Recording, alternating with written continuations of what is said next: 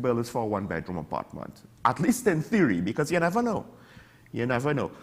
Commercial customers, they will have a different set of increases as well as industrial customers. So commercial are getting what seems like higher increases overall, except at the maximum brackets. And industrial customers are getting even higher than that, starting at 58% and going as high for E-class industrial customers to 119 to 126%. They have their own brackets in that class, which is an industry that technically also has its own bracket. So they're going into this to be fair, and they are trying to differentiate different tiers of usage from residential, commercial, industrial, and then a super class of industrial heavy usage. And they're trying, I guess, to put more of the burden on those that use more electricity. More on that later. The other things which they say, changes which are final, and you might have seen this already, they're now going to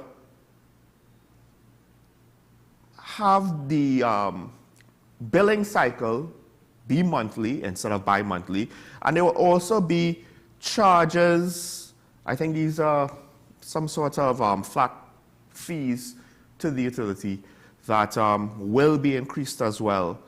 It's, when you add it all up, and then you also apparently have to add VAT to everything there, the amount of money that your electricity bill might increase could be considerable depending on your usage. It could be considerable, and attempts to conserve more electricity might be in place now more than ever. Of course, the various things that could play into the amount of electricity you use, most notably, given the current environmental conditions that we are living in. We just recently had a break in the heat wave, but can you really tell me that the heat on a day-to-day basis is still not somewhat excessive? Because I have a hard time walking around my house at night sometimes. At night. I'm not feeling as though I'm going to be sweltering. Now, my AC, when it's on, and it generally is on all the time now, it's not on a high temperature to say, well, you know, my room is 17 degrees, so when I go outside, it's always going to be warm. You know, I try to keep it at 23, 24 degrees, 25. So just that alone makes me wonder, timing of these increases, how it's going to affect people. Now, there have already been complaints by business chamber leaders and economists, etc. The head of the Tobago Chamber, Martin George, sorry, let me get his correct, let me not.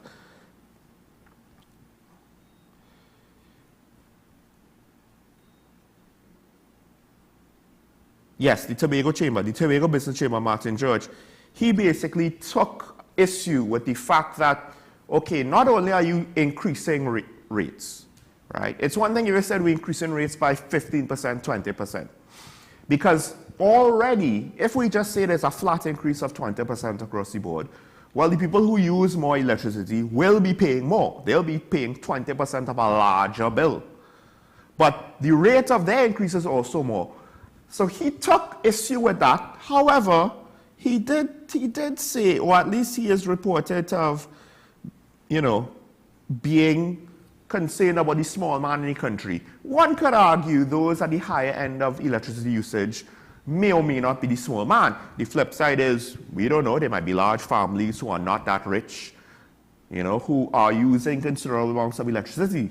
Right now in the modern world, even to properly access education opportunities, you need some amount of electronic usage. It's not like it was before, where the main concern is if you have light to write in your copybook and to read your textbook.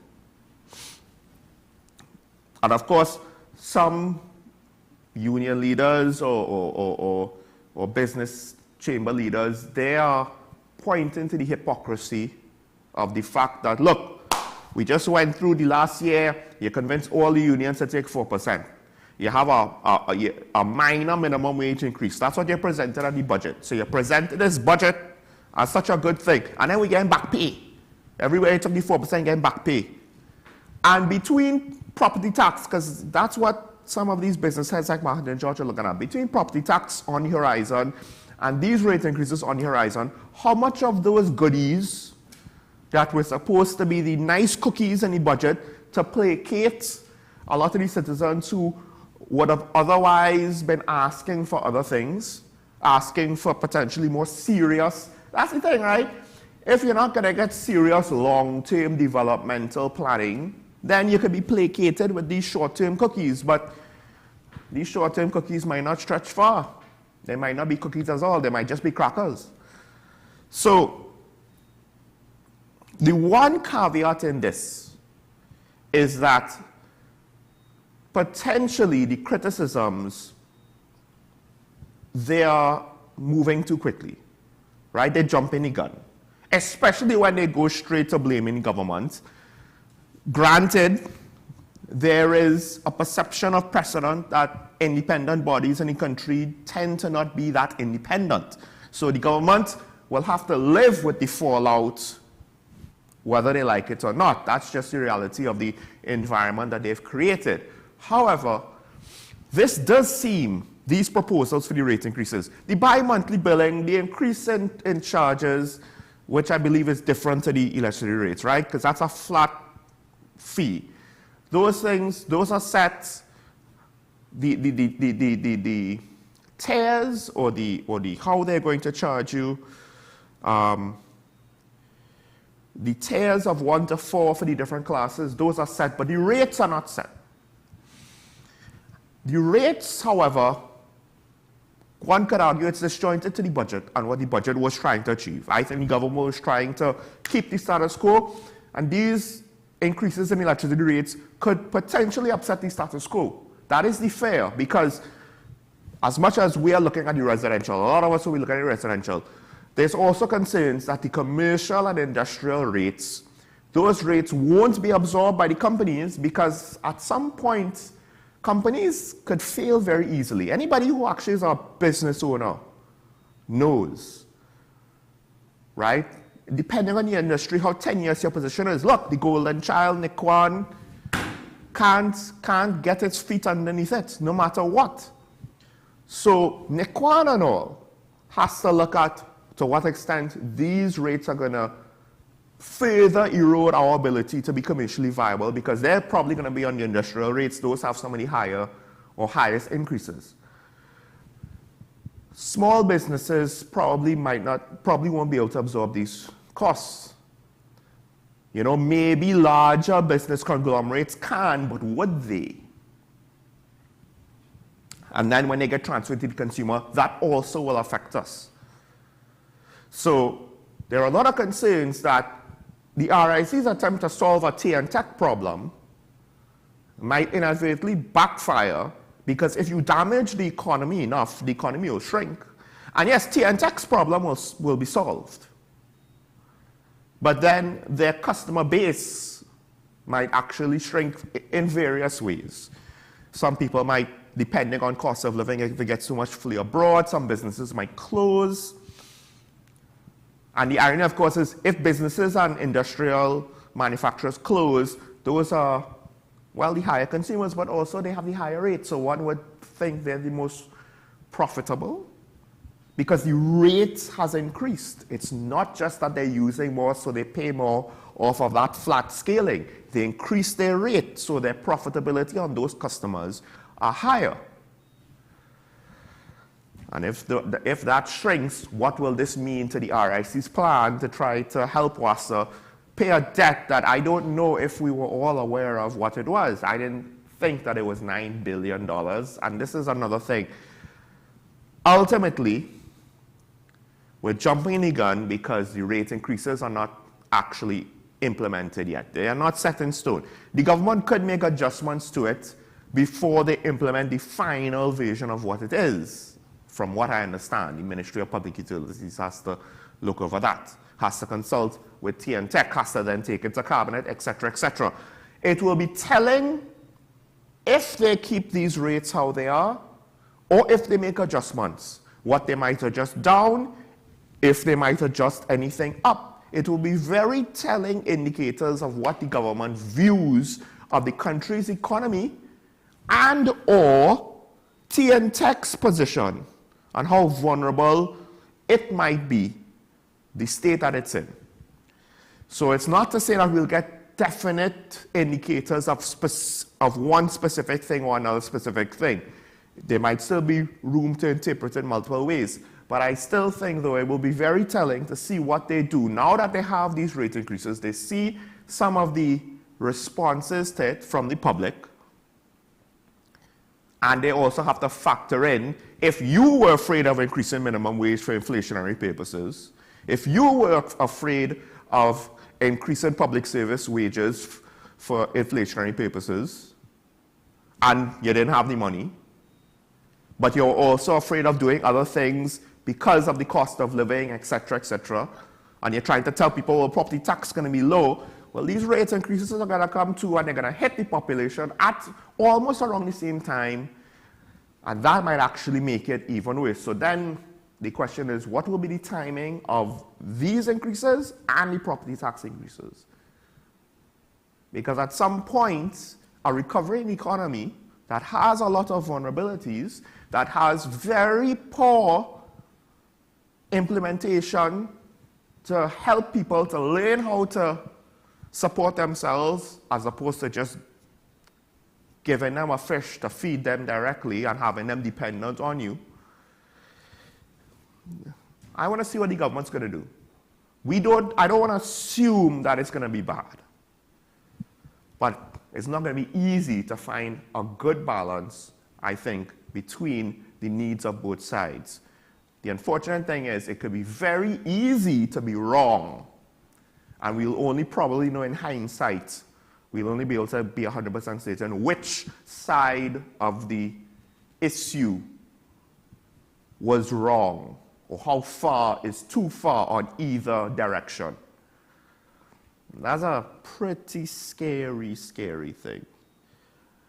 All right, a couple of things I want to mention, and then maybe we'll get back to it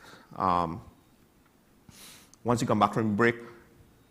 Some of the sanctions on Venezuela has been lifted from the US. This is because of the ongoing efforts to improve the conditions or the environment for elections, for it to be free and fair in Venezuela. This is also a good sign for us because it further hints that there will probably not be anything on the horizon to derail our dragon gas and Laura and Manatee deals.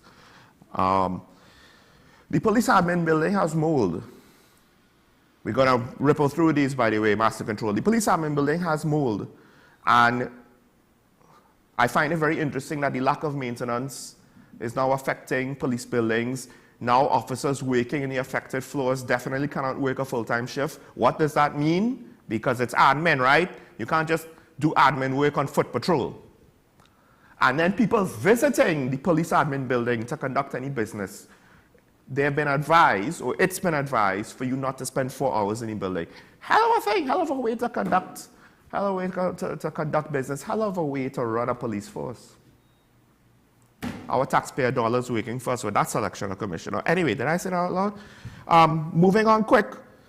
One good thing coming from the TTPS though, they're requesting better planning when you have a traffic gridlock situation, as we did this week when we had heavy rains. Because, as it was said by the police service, well, the gridlock was so bad, they couldn't get to the affected areas by vehicle, so they had to walk.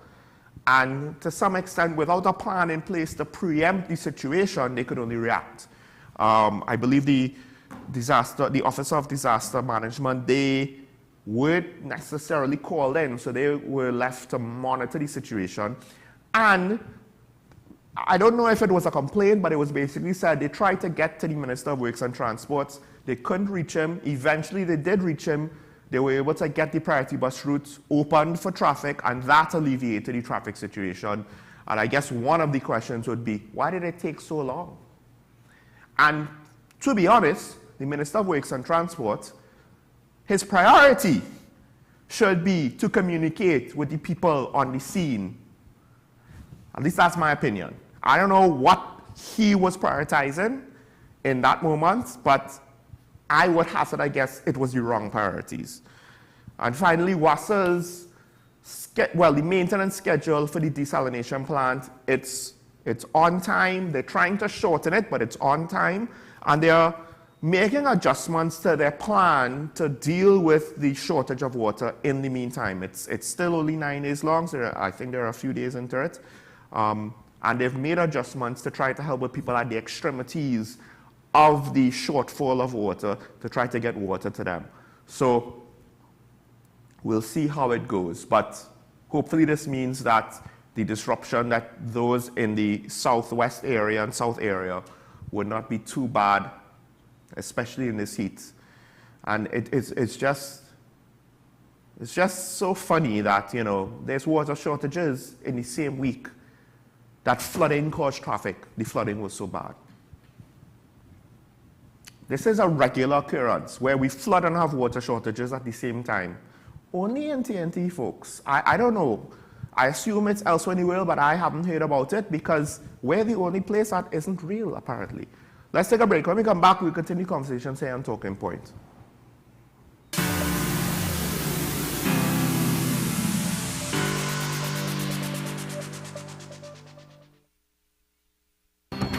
The issue, the continued rise in the price of flour and its impact on the cost of living in Trinidad and Tobago. How should we go about it? I want to ask you what has been revealed to you about the state of vulnerability in the country because of this exercise and because of what we're going through. Is the government losing the war on the vaccine front? The discussion should revolve around the common good for the greatest number of people in Trinidad and Tobago. How do we inculcate a sense of respect and regard for people who may not be of your own political ilk or persuasion? The communities are now being used by political opportunists. So when the tables are turned, it's the same way. Okay, this has been 10 questions. I'm Andy Johnson, and we'll see you next time.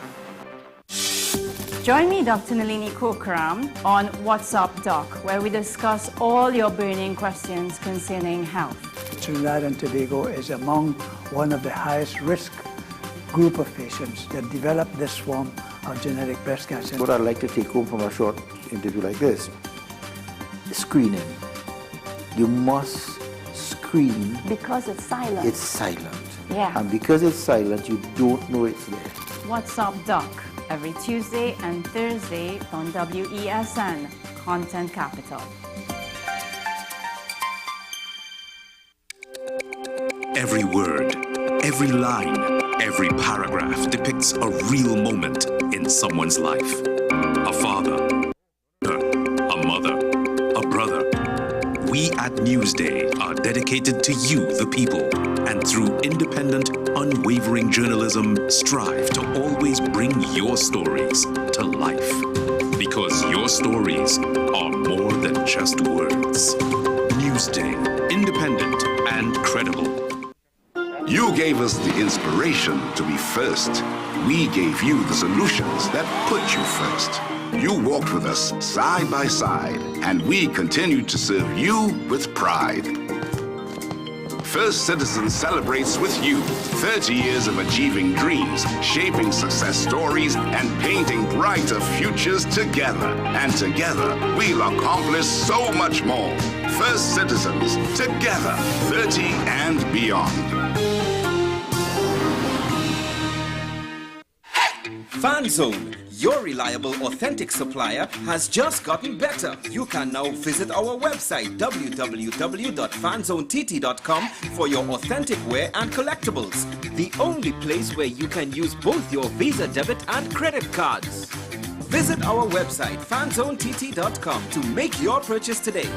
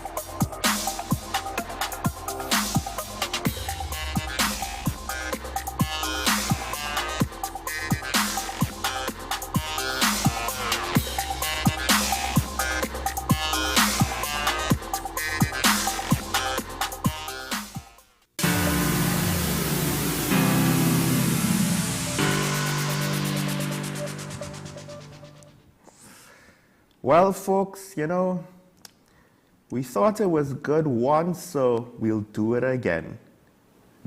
Hey, Sean, happy Friday.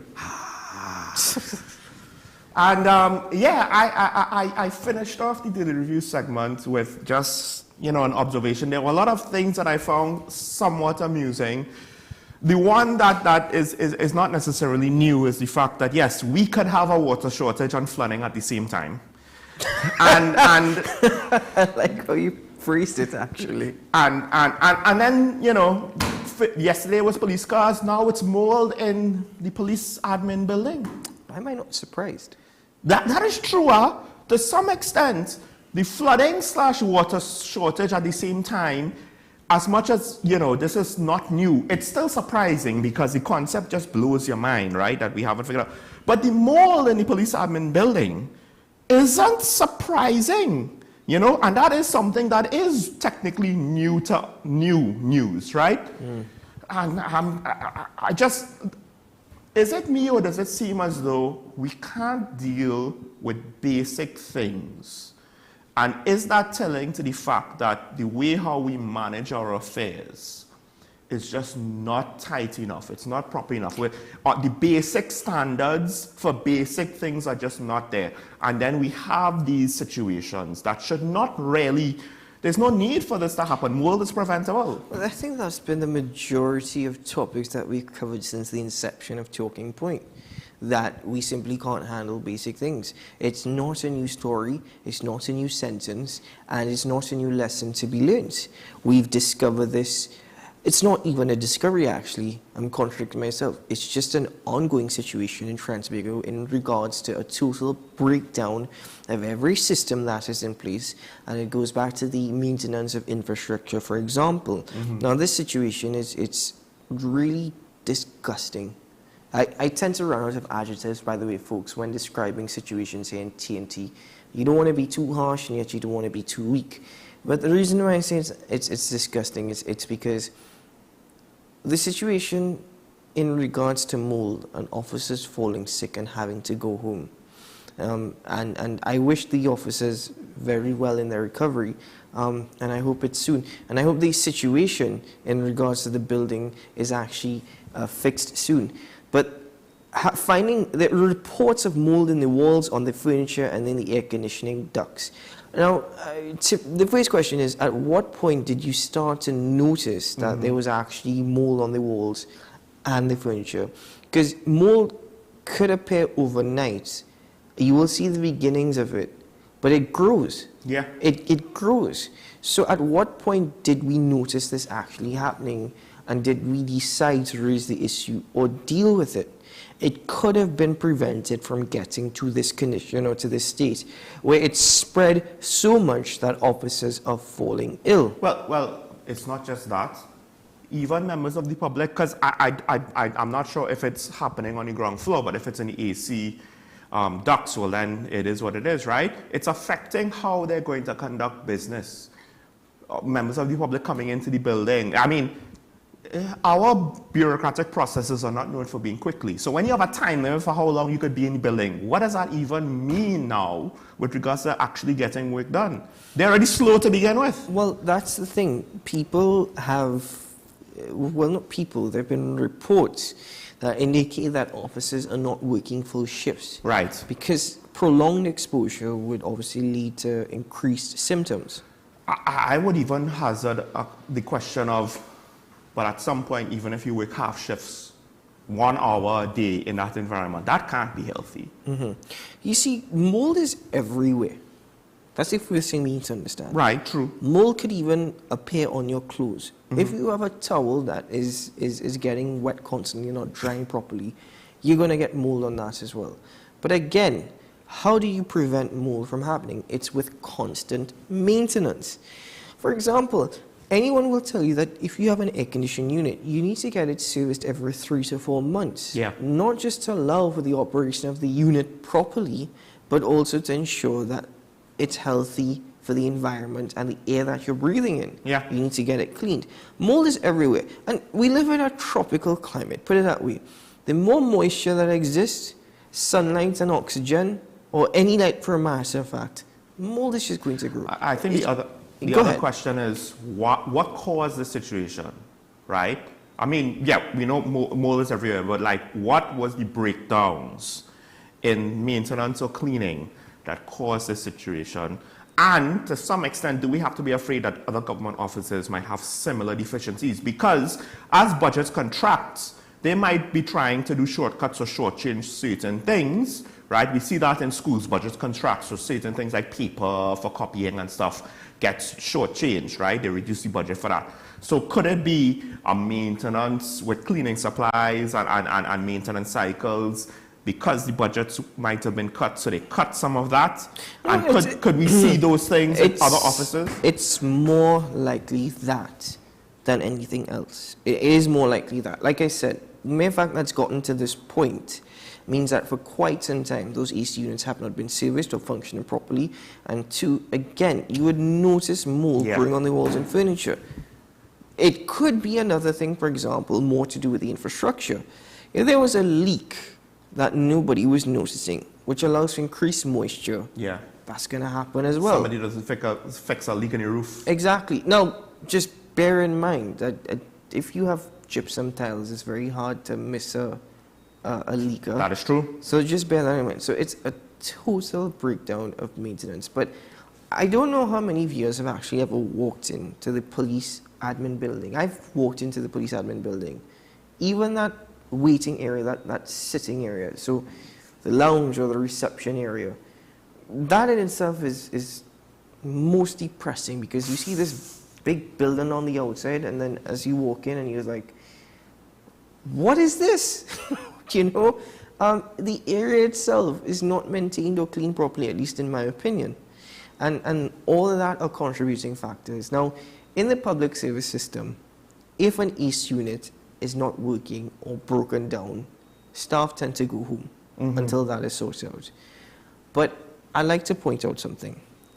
This is not the first instance of mold actually growing and causing employees to go home early or fall ill. No, true, yes. There was another instance of which I cannot recall whether or not it was reported, but I got the report from employees on the inside that the waterfront complex also had an issue with regard to mold, and that employees were home for more than a day because they had to treat the mold by spraying down the entire office, right? And this was a couple months ago, by the way. Again, I can't recall whether or not it was reported in the newspapers, but I was contacted by employees within the waterfront complex who said the same thing happened, where they had to go home because we have mold, but they have to spray the entire building. And that's the thing.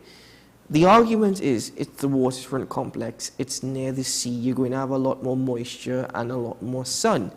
Relatively, it's not as though Port of Spain is not, the entirety of Port of Spain is not next to the ocean. And I'm like, all right, cool, but you have an instance, for example, of a privately operated, not privately owned, privately operated establishment in Hyatt. Yeah. And yes, Hyatt will have to do everything to ensure that you don't hear anything about mold that affects their brand and whatnot. But there have been no instances of Hyatt having to close a floor or anything like that in regards to we have an outbreak of mold. And I've not heard that with any other privately operated. Again, just bear in mind, they have more control over what gets out to the public because it's a private entity or establishment. But given that Trinidad is so small and everybody will talk to each other, that's a part of it as well. I think the main thing, though, is it's one thing for a public service building in general to be shut down. That's bad, right? Because who knows what kind of backlog you have for people's business to be done. If immigration had to be shut down, or if, you know, the Ministry of Education, say, the gate office had to close down for a couple of days at the wrong period of time. That might be bad, but it's not disastrous. My thing always is crime waits for no one. Murder rate waits for no one. So, you know, we can't just say, hey, you know, we're going to take police administration. You all take a couple days while we fumigate. No, that's not how this works. This is not that kind of business. This is also nearing the end of the month. Bear that in mind as well. This is police admin. It's nearing the end of the month as well. So all of this could affect the operations going into next month. So you're absolutely right. But to expand the conversations a little bit, if you take a look at public institutions as a whole, offices that are actually run by the government, operated by the government. And I'll give you a prime example. If you take a look at the Service Commission that is located in Cipriani Boulevard, not too far from where our studios are, there are two buildings actually, but the one I'm speaking about is obliquely opposite that fast food establishment, Mickey's or McDonald's, whatever it is. And you take a walk inside, and first of all, big building, being rented out. There's one security guard in that building, and then there's one employee. And that's been my experience walking in at least on 3 or 4 occasions, right? Yeah. So for that entire building, that's all I have seen. That's all I have seen. But then even the maintenance and the facilities of that building is appalling. Let's take a look at another government entity. If you look at the administrative complex, for example, in Tunapuna, I'm just giving random examples. I'm sure you can share your examples with us later on. The elevator has been broken down for what? How many months now? Probably a few years. That is not working. The facilities are dirty.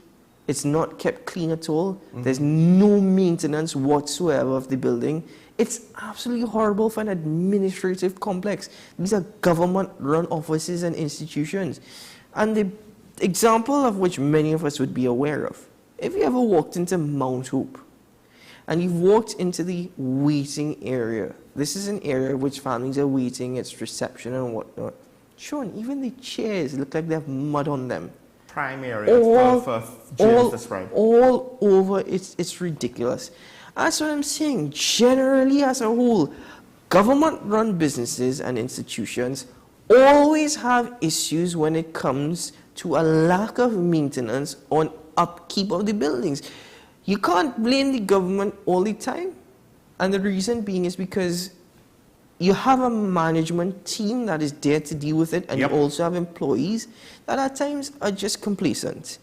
But the big problem the big problem as well is funding being made available to upkeep all these buildings. Is funding being made available? You also have to ask the question, right? Budget funding might be made available, but I don't know if the government is mandating this is the amount for maintenance, this is the amount for X, this is the amount for Y. So now it might come down to the effectiveness of management. And certain jobs, let's just say, there's always the question of nepotism, corruption, etc., that you might not be the best person for that job, but you're someone who somebody wanted to get a job for, and an easy job. And it's one thing to say you have to actually, Commissioner of Police, although one could even question that appointment. But obviously a minister can't appoint a family member to be Commissioner of Police just randomly, right? But to say you're the facilities manager of this building that's barely used for anything, right? At least on the surface. Well, how hard could it be? Or even the person in charge in Mount Hope to do cleaning and stuff like that. So some people might say it's an easy job. You just tell the staff cleaning thing, you make sure there's supplies, blah, blah, blah, blah, blah. And then when the budget cuts now, and the head of the operations says, well, the budget is cut, and they say, well, we'll cut cleaning. You as the political appointee might just go along with it. Yeah, all right, fine, we'll just make do what we have, and then bam, mold. So my next question would be, institutions such as the Occupational Safety and Health Agency, where they're in all of this, are they doing their jobs? Because again, as far as I am concerned, you always have to be keeping up with these things. At our studios, twice in the space of about 2 months, we've had people from the local government authority, so essentially from the Port of Spain City Corporation, right, that have been coming and saying that we are doing inspections in the area for mosquitoes. Right. That's good. Yeah. That's good. I agree. Even if it's in the space of 2 months, 2 individuals have come. Nothing wrong with that. I encourage that. I applaud that. And more of that needs to be done. On a whole, I think health inspectors even for food establishments. Especially. You've got some establishments out there that are heavily patronized, but are dirty. So you wonder how it is they're heavily patronized. But back to government offices and the Occupational Safety and Health Agency. Where are they in all of this? Are they functioning as they should be functioning?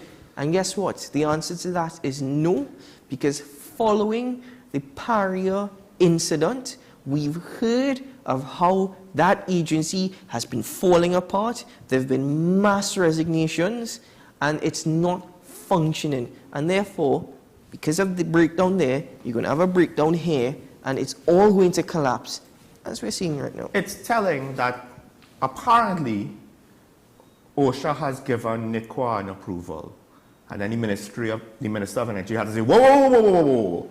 OSHA approval and our approval, that's two different things. You don't have approval from us yet. So take your time. We ain't approving you to restart. I find that's very telling, right? And potentially, although this doesn't actually mean in any way, shape, or form definitely, that the Ministry of Energy had to say, oh, OSHA jumping this gun, right? And when the Ministry of Energy is the backstop, you know, after, like you said, with the Paria situation, where you're hoping for someone to backstop the government's handling of it. So now when this is reversed and the Ministry of Energy is backstopping OSHA, you're like, this is not a good sign. And I think it gives some credence, although we don't know what the details are, that OSHA might be having serious issues, not necessarily stemming from Paria, but, you know, the indicators are coming out ever since Paria. It's not stemming from Paria, and you're right. And then that's why I brought up Paria, because it's ever since that incident happened. That's when we started to hear about it. More and more about it. And because there is a breakdown of there, I don't expect there to be regular inspections. And this is what I'm talking about when it comes to priorities.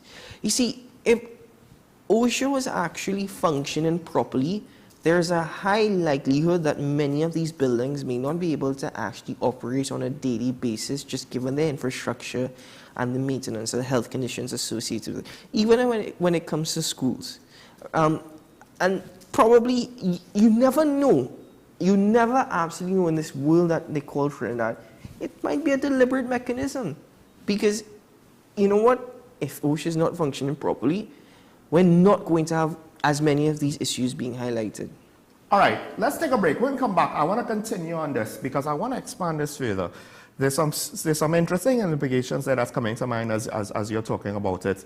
For the wider TNT situation, I guess you could say, including how our budget, it's making me reassess how our budget looks and also what it could mean for TN Tech and that part of our infrastructure. Stay tuned, folks, to Talking Point. We'll be right back.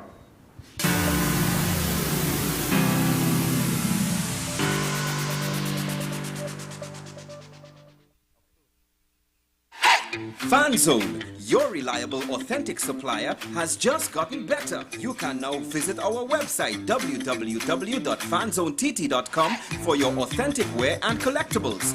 The only place where you can use both your Visa debit and credit cards. Visit our website fanzonett.com to make your purchase today.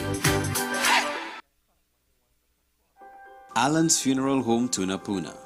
Relax. We know the loss of a loved one can be challenging, but we've got your back for all your funeral needs, from documents to the service and or burial.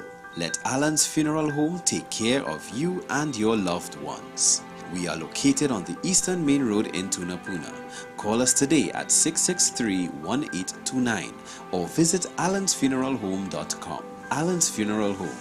Let us take care of business.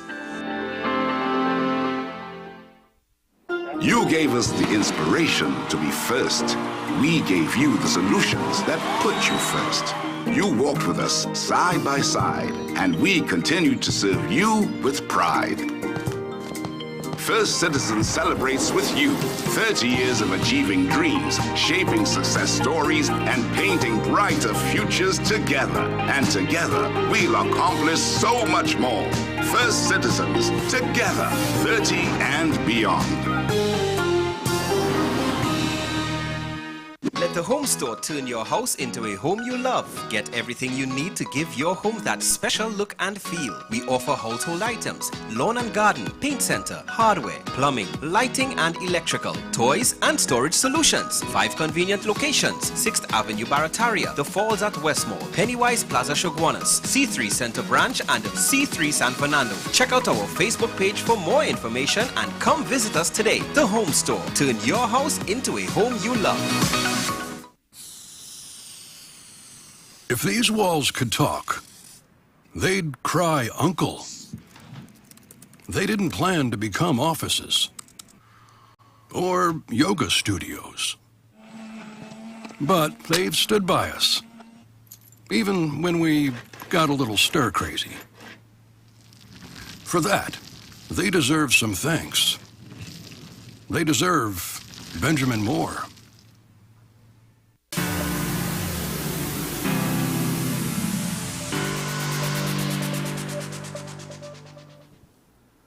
Welcome back to Talking About, ladies and gentlemen. And we've been having a discussion with regards to observations we had. Keaton has gotten news and has seen areas where maintenance has fallen apart. And there is this phenomenon in governments around the world that, you know, when you have difficulties with financial resources, you start to cut things. And when you want to cut the budget, one of the things that can get cut and all too often does get cut is certain aspects of maintenance. Here's an example. The ferry service maintenance was reduced because they went from more expensive contractors to do the maintenance to somebody local and cheaper. And then by the time, this was during the partnerships administration, by the time the PNM came into power, the chickens came home to roost. The PNM didn't necessarily even know what was going on, and I don't necessarily think they successfully alleviated the problem in the long run. And now, of course, there's concerns about maintenance of the ferries. Yeah, we have new ferries, but eventually, when they're not so new, will we see the same thing that we saw last time with the ferries shutting down off the coast for hours at a time? I mean, we already had one ferry had to be towed back to Scarborough after being shut down, right? Or being towed from Scarborough, I can't remember, but that was recent. So we're already seeing that phenomenon in the ferry service happen. Hopefully it's an isolated incident. But now comes the million-dollar question, because the government, the budget, they've increased expenditure between this year and last year, or at least the deficit, right? Somehow they were able to do that. But generally, it's a decrease from previous budgets, which were much higher. So they've been doing a lot of cost control. To what extent has that now filtered all the way down into various aspects of society? The police admin building might just be one symptom. But the other thing is, as TNTech says, we're in trouble. As the RSC says, TNTech is in trouble, and they want to increase revenue. One has to ask if mismanagement and lack of maintenance could be affecting its costs, could be affecting its operations if it's not being run efficiently. Now, granted, they don't depend on government allocations per se, but I do think they get some. You have to, okay, so 3 things I want to raise in response to all that you've brought up. The flip side of the entire argument of buildings in particular in terms of maintenance, and the flip side is, there have been arguments, inclusive for myself, that government owns a lot of buildings which are empty, unoccupied right now. Mm-hmm. Instead, they are paying rent to private companies, private ownership, in order to have government offices, right? It was the whole argument basically made for the new Ministry of Health building, right? We have so many government offices that are being operated under private companies, right? We're just leasing from them. But the flip side is, whilst I am pushing for government to cut costs in that particular area by utilizing the spaces that they actually own. Yeah. Operating the spaces that they actually own instead of having to pay rent. When they lease the building, the maintenance of that building actually still comes out from the private owner. So bear that in mind. The daily cleaning will come from the government, of course.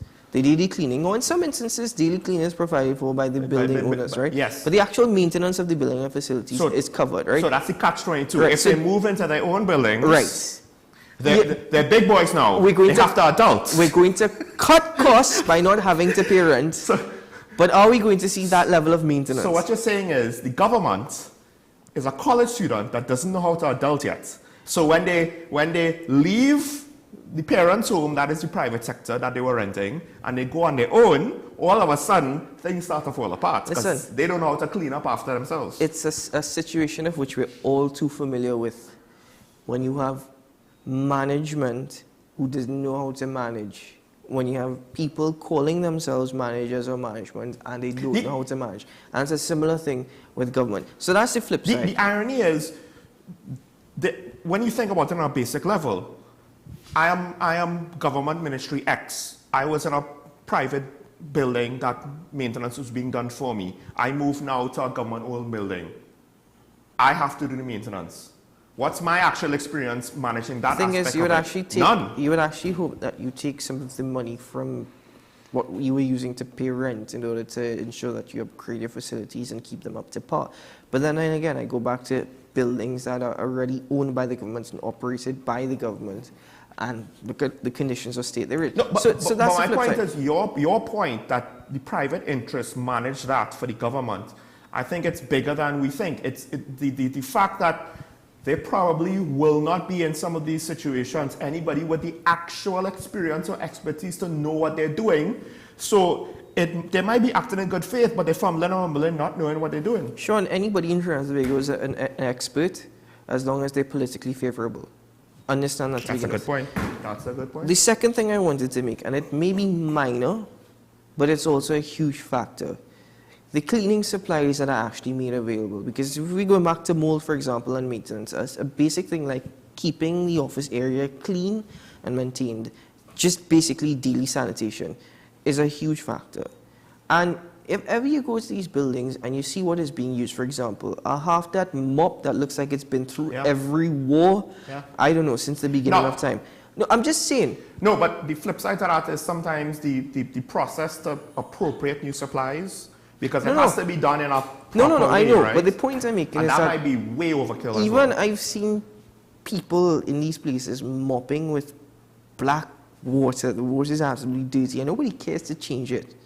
That's a no. And then you have different chemicals of all different colors. Sometimes you wonder if it's a bowl of Fruit Loops that they've mixed into a bottle that is being used to clean in a which might also not be safe. Water bottle. No, but that's the thing. Even the supplies, the actual supplies that are being procured, I'm now starting to see a lot of ads in the newspapers by Consumer Affairs Division that are saying this is a fake product and it's not approved. And I'm wondering now how many of those products, and it goes for clean products. Most recently there was a bleach product or a cleaning product with Consumer Affairs in the papers. I'm wondering how much of that is actually being utilized by these offices or buildings to clean and maintain the areas because it's cheaper.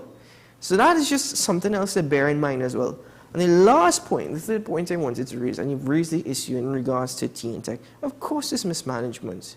You have to understand, Trinidad and Tobago benefited from one of the lowest electricity rates in the Caribbean and probably the Western Hemisphere, to be honest with you.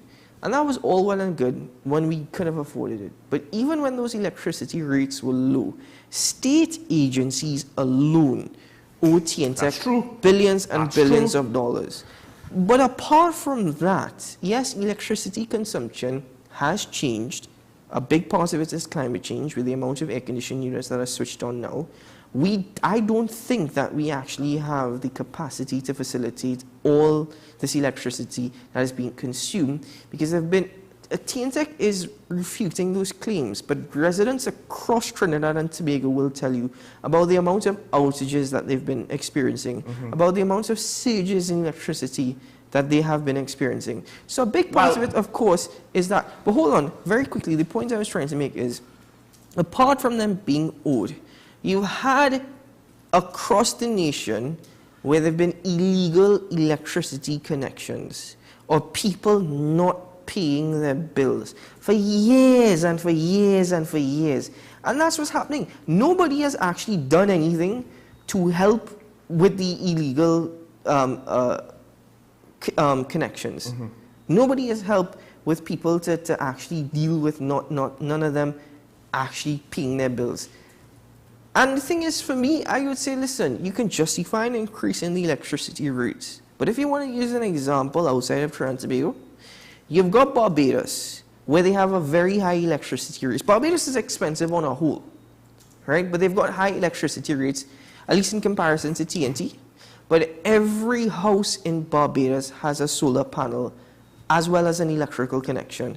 And the thing is, here in TNT, you need to make more concessions when it comes to solar energy and the availability of solar panels, as well as increasing electricity rates. It goes alongside each other. Well, I just want to get in quick before we have to take the break for news that when you have things like surges and power dips, I do wonder if that is an inconsistency problem in the power supply, right? And that could be because of usage. Usage could cause inconsistency as well. So they might have the capacity for the top end of use, but it's not just about capacity. It's about being able to manage the load to meet the needs of the power grid, but not to exceed it or to be under. That's when I assume that's when you have sometimes the surges and the dips, right? When the supply and demand go out of whack, and that could be damaging to the grid. So, I mean, that's part of the challenge to TNTech. It's up to you to figure that out, Listen, right? TNTech doesn't even have money to repair most of the street lights across Trinidad. That's the thing. So a lot of the problems could be maintenance and infrastructure and trying to keep up with the growth of new housing developments, etc., etc. And I do wonder if to some extent, again, when things was nice, what did governments back in the day want to do? Well, let's not make any changes. Let's not upset the apple cart. But what it did was it kicked a small problem down the road, and it snowballed into a big problem. And now the RIC might be having to try to solve something that took decades to grow, a couple of decades. They have to try and solve it within a year or two.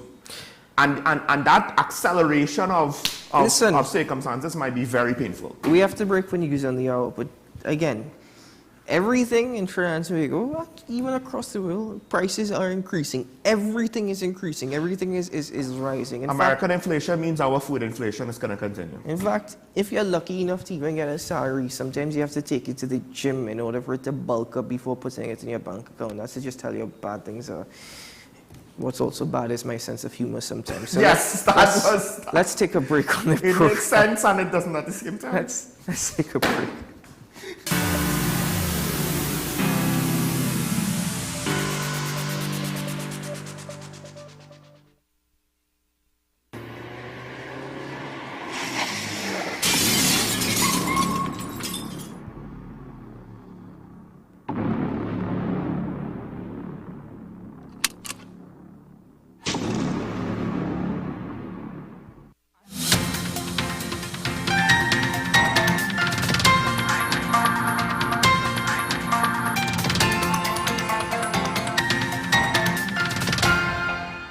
Here is your WESN News on the Hour. I'm Sean Michael Small. Thanks for joining us. Here are the headlines.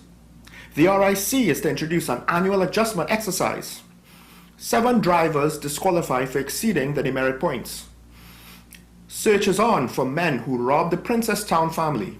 And regionally, the inaugural Cayman Airways flight lands in Barbados.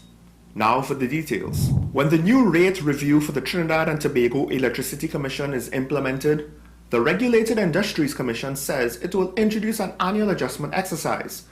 This is to ensure the utility is collecting sufficient revenue to provide an efficient service to the public.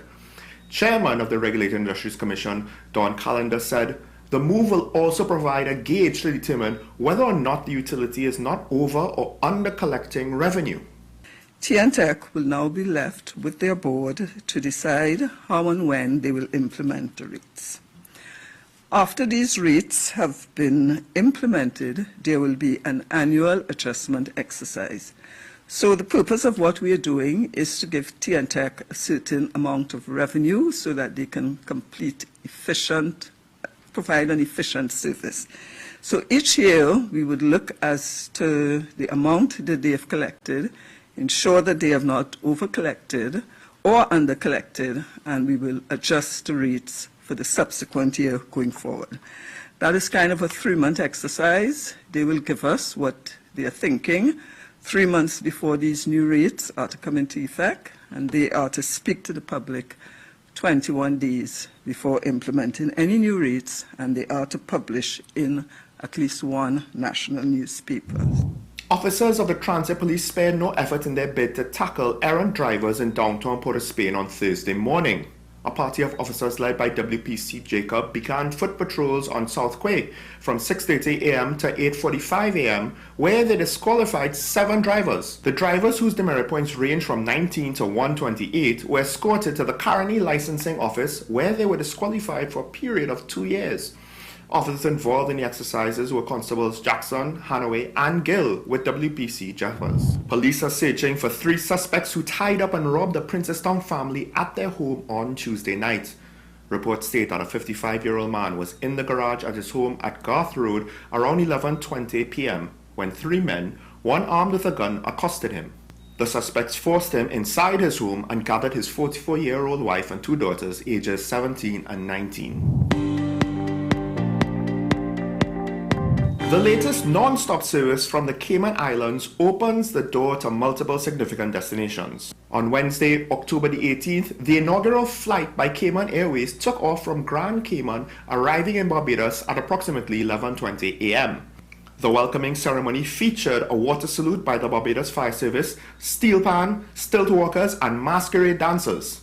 Passengers disembarking from the brand new Boeing 737 MAX 8 with a capacity of 160 individuals were treated to a red carpet experience. This new service promises enhanced connectivity and convenience for travelers from the Cayman Islands. Well, that's news on the hour on WESN. I'm Sean Michael Small. Thanks for watching.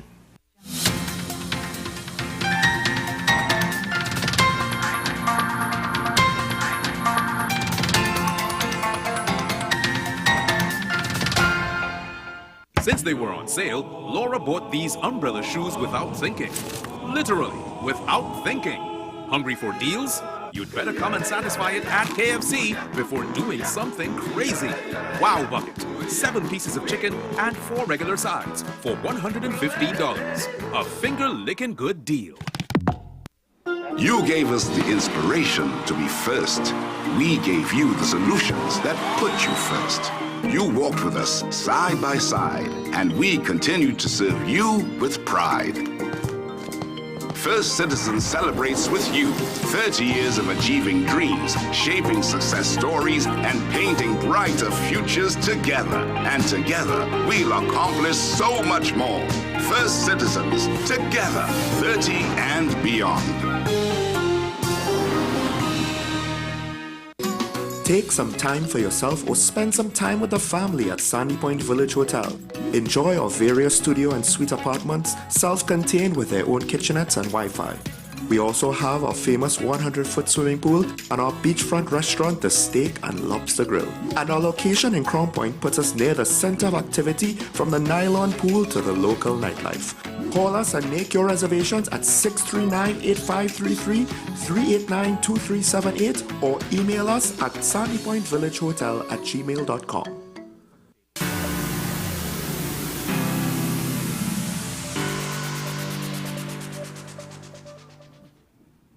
Welcome back to Talk About, ladies and gentlemen. Of course, now is the time we open up the phone lines. We open up the phone lines. Let me not stumble on my words.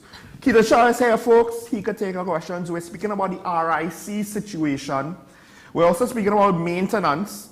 We're also asking questions to what extent is our ability to maintain our infrastructure part of TNTEC's problems.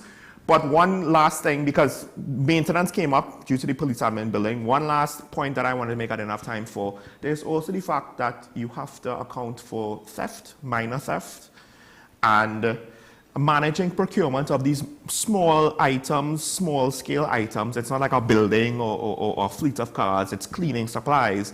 And that has its own challenges in managing. And that also could be why there's inefficiencies in the system when you have people making bad decisions with strategies and solutions to solve those problems. So there's also that as well. And I think it's the same, like, look at the cleaning supplies for schools during COVID.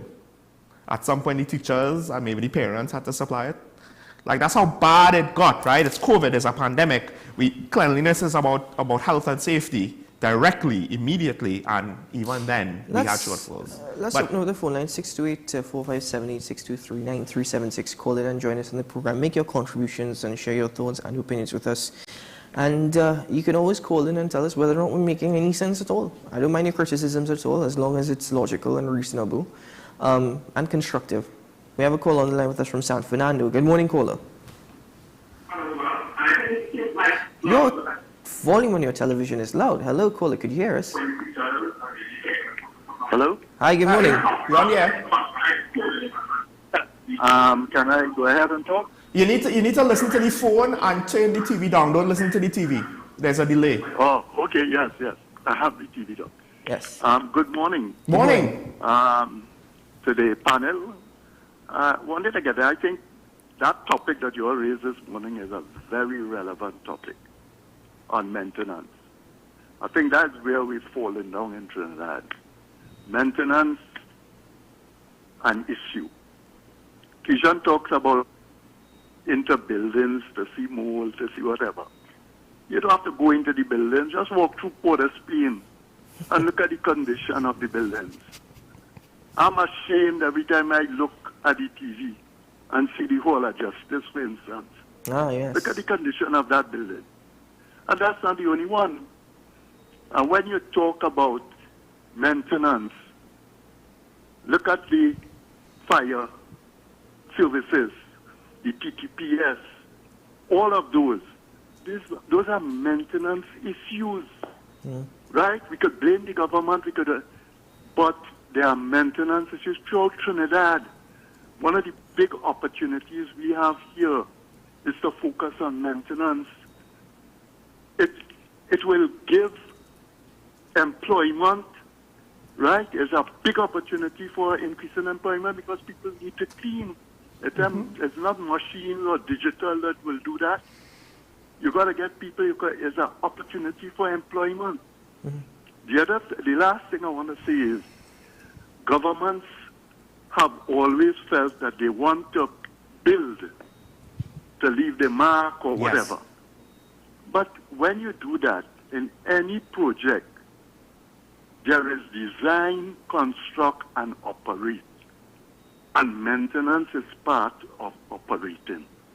So when you spend 1.5 billion on a project and you don't look down the road to see, so where's the cost of maintaining that over 10 years?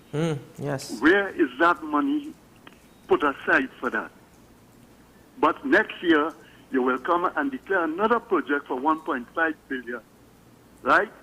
And you haven't considered the maintenance costs going down the road. That's a very good point, caller. It's just frustrating, and it's something that really gets to my goal. It gets ours Thank too. you very Thank you much. very much for your contribution. I can listen off here? Yes. Thank you very much. You can turn the volume on your television up now. A quick observation. When he said, the last thing that he said there, it immediately sparked the question. Because the existing terminal will apparently remain for domestic use, while the new terminal, the $1.5 billion terminal in Crown Point for the ANR airport, will be for international use.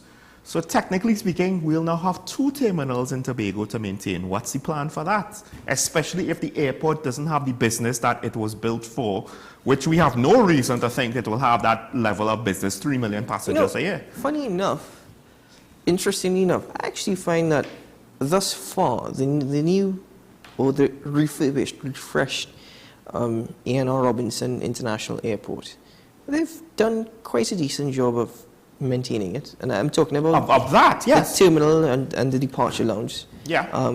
The next side of the airport where you have all the restaurants or whatnot is a bit of a different story. But one of the points that the caller made, and I know it might be minor, but I just wanted to raise this as well, looking at it all around. People have a certain level of responsibility as well, of which they don't play. And what I've noticed is that a lot of people will not treat their office or wherever they work, the establishment, or the facilities that are available, for example, even the bathrooms, people do not even treat that as they would treat it if it were their own home. Now, some people... I have a theory on that. Some people keep their home not clean, disgusting. True. But generally speaking, I have a theory for that. But we have a call on the line from Sandy Grande. Good morning, caller. You're on the air. Caller, good morning. Hello. Hi, you're on the air. Yes, sir. Just going through some of the things you guys talking about this morning there with reference to management and rates and whatever it is. Yes. You know, I just listened to the Minister of Finance talking yesterday, well, a couple of days ago after he gave the budget, talking about the energy prices and energy, whatever it is, and he not too sure what's going to happen and what's going to happen, and he looking at this and that and the other. Come on, 8 years in operation and you can't give a proper forecast? No, number two, the rates that going on right now is for the residential. Again, with the property taxes. Yes. All the commercial and other places, they exempt or they reduce the rates. Talking about the government management right here in the area here, you're watching like PTSC in the area where I live here, right? The maintenance of it. They have endless. The problem is not maintenance. The problem is they have a maintenance crew. Every government department have a maintenance crew. The schools and everything like that, right? But the problem is the people not functioning. They're not operating. They come in for 8 o'clock and they leave at 12. And that is the end of the story. And they get a full pay and we continue to maintain that thing. The next thing with the TNTech thing, right? The TNTech thing. All the government agencies and entities owe in TNTech. It's not that they're paying. They owe in TNTech. Money does not cycle in one cycle. It recycles. It turns over. And I am surprised that the Minister of Finance talking. As a Minister of Finance, he's supposed to know that money recycles. So if this government body has this bill, pay the bill, and the money will cycle and everything will happen. Now you're taking it out on the people and them, and people can't seem to see that. Yeah. The next thing is the fire department. Look at the fire department. We're talking about maintenance again. Yep. Imagine years, these trucks are working, this ain't happening, that ain't happening. People are reporting fire like the place that happened down the road. I mean, it's serious, you know, it's real serious, brothers. Yes, you know, real serious, and we're heading for a down spiral. Yes. And that is not nice. We're probably already in it. I listened to the Prime Minister talking in Canada about he want to help bail out Haiti. Well, brother, let me tell you something. If this continues as it is with the kind of don't care damn attitude that they have, I am not in charge of national security. Talk to the Commissioner of Police. I am not in charge of Minister of Finance. Talk to the Commissioner of the Central Bank. Come on, you are the minister in charge, and that's what the oath that you take when you on your holy book, Caller, whatever thank it you. is, that is the thing in there, and you are in charge regardless. The buck stops at you. Thank you very much, caller. Sorry, we have another caller waiting. I just wanted to make one quick correction. The RIC also made recommendations for increases to commercial customers and industrial customers. He was talking about property tax. Oh, in regard, okay, if that is sense, yes. He's on. Okay, we have another caller from Tunapuna. Good morning, caller. Hello. Hi, Good morning. to the panel there. Good morning. Morning. Mr. Sean and Mr. Shah. The problem is I'm calling to make a complaint against Bmobile, TSTT. They have our lines down since last Monday up to now. We went in to make payments as usual when they send the bill. So the people telling us now the computer system down. Can you investigate what's taking place and let us know, because we can't get on to them to hear anything. Thank you. Thank you very much, caller. Interesting enough. I've been having that experience. There was an issue, I think, within the last couple of weeks. It has not been fully resolved, actually, caller. TSTT has admitted that there are issues. I'm not entirely sure what's causing the issues. I mean, we can try and get commentary because I am aware of it. It is affecting me as well. Yes. For example. Last weekend, networks, I couldn't get phone calls from people. I couldn't get WhatsApp messages from people who were not connected to Wi-Fi. Yeah, and even to, in regards to paying your bill, I think the one thing that TSTT and Bmobile have actually allowed, which is a fair thing, I guess, because they recognize issues that they, at least I haven't heard of it as yet, they've not cut people's connection as yet because of the issues associated with even paying your bill.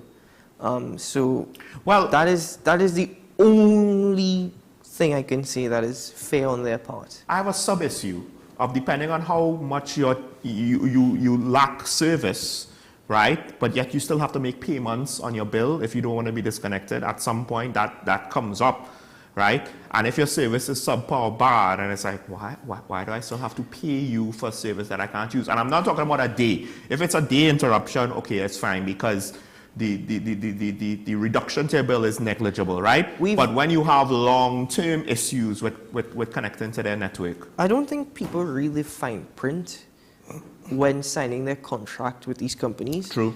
Because the companies are very smart enough to include a clause which says that they will, when this is a disruption in service, still it may not necessarily be our fault, so you still have to pay for it. And that's the thing, people sign these contracts without asking these questions. I'm not saying it's their fault, I'm not blaming people for this. These telecommunication companies, not only Bmobile, by the way, there are other companies as well, ICNTT, which have ridiculous service and ridiculous fees at times for what happens. But people need to ask these questions when signing these contracts and really fine print as well. Here's the flip side to that. As telecom technology moves forward and it's more digital, so even landlines are digital, I have questions with regards to what happens in emergencies when some of these things go down. Because cell phone coverage might be fine for day-to-day use, and you say, I don't need a landline again.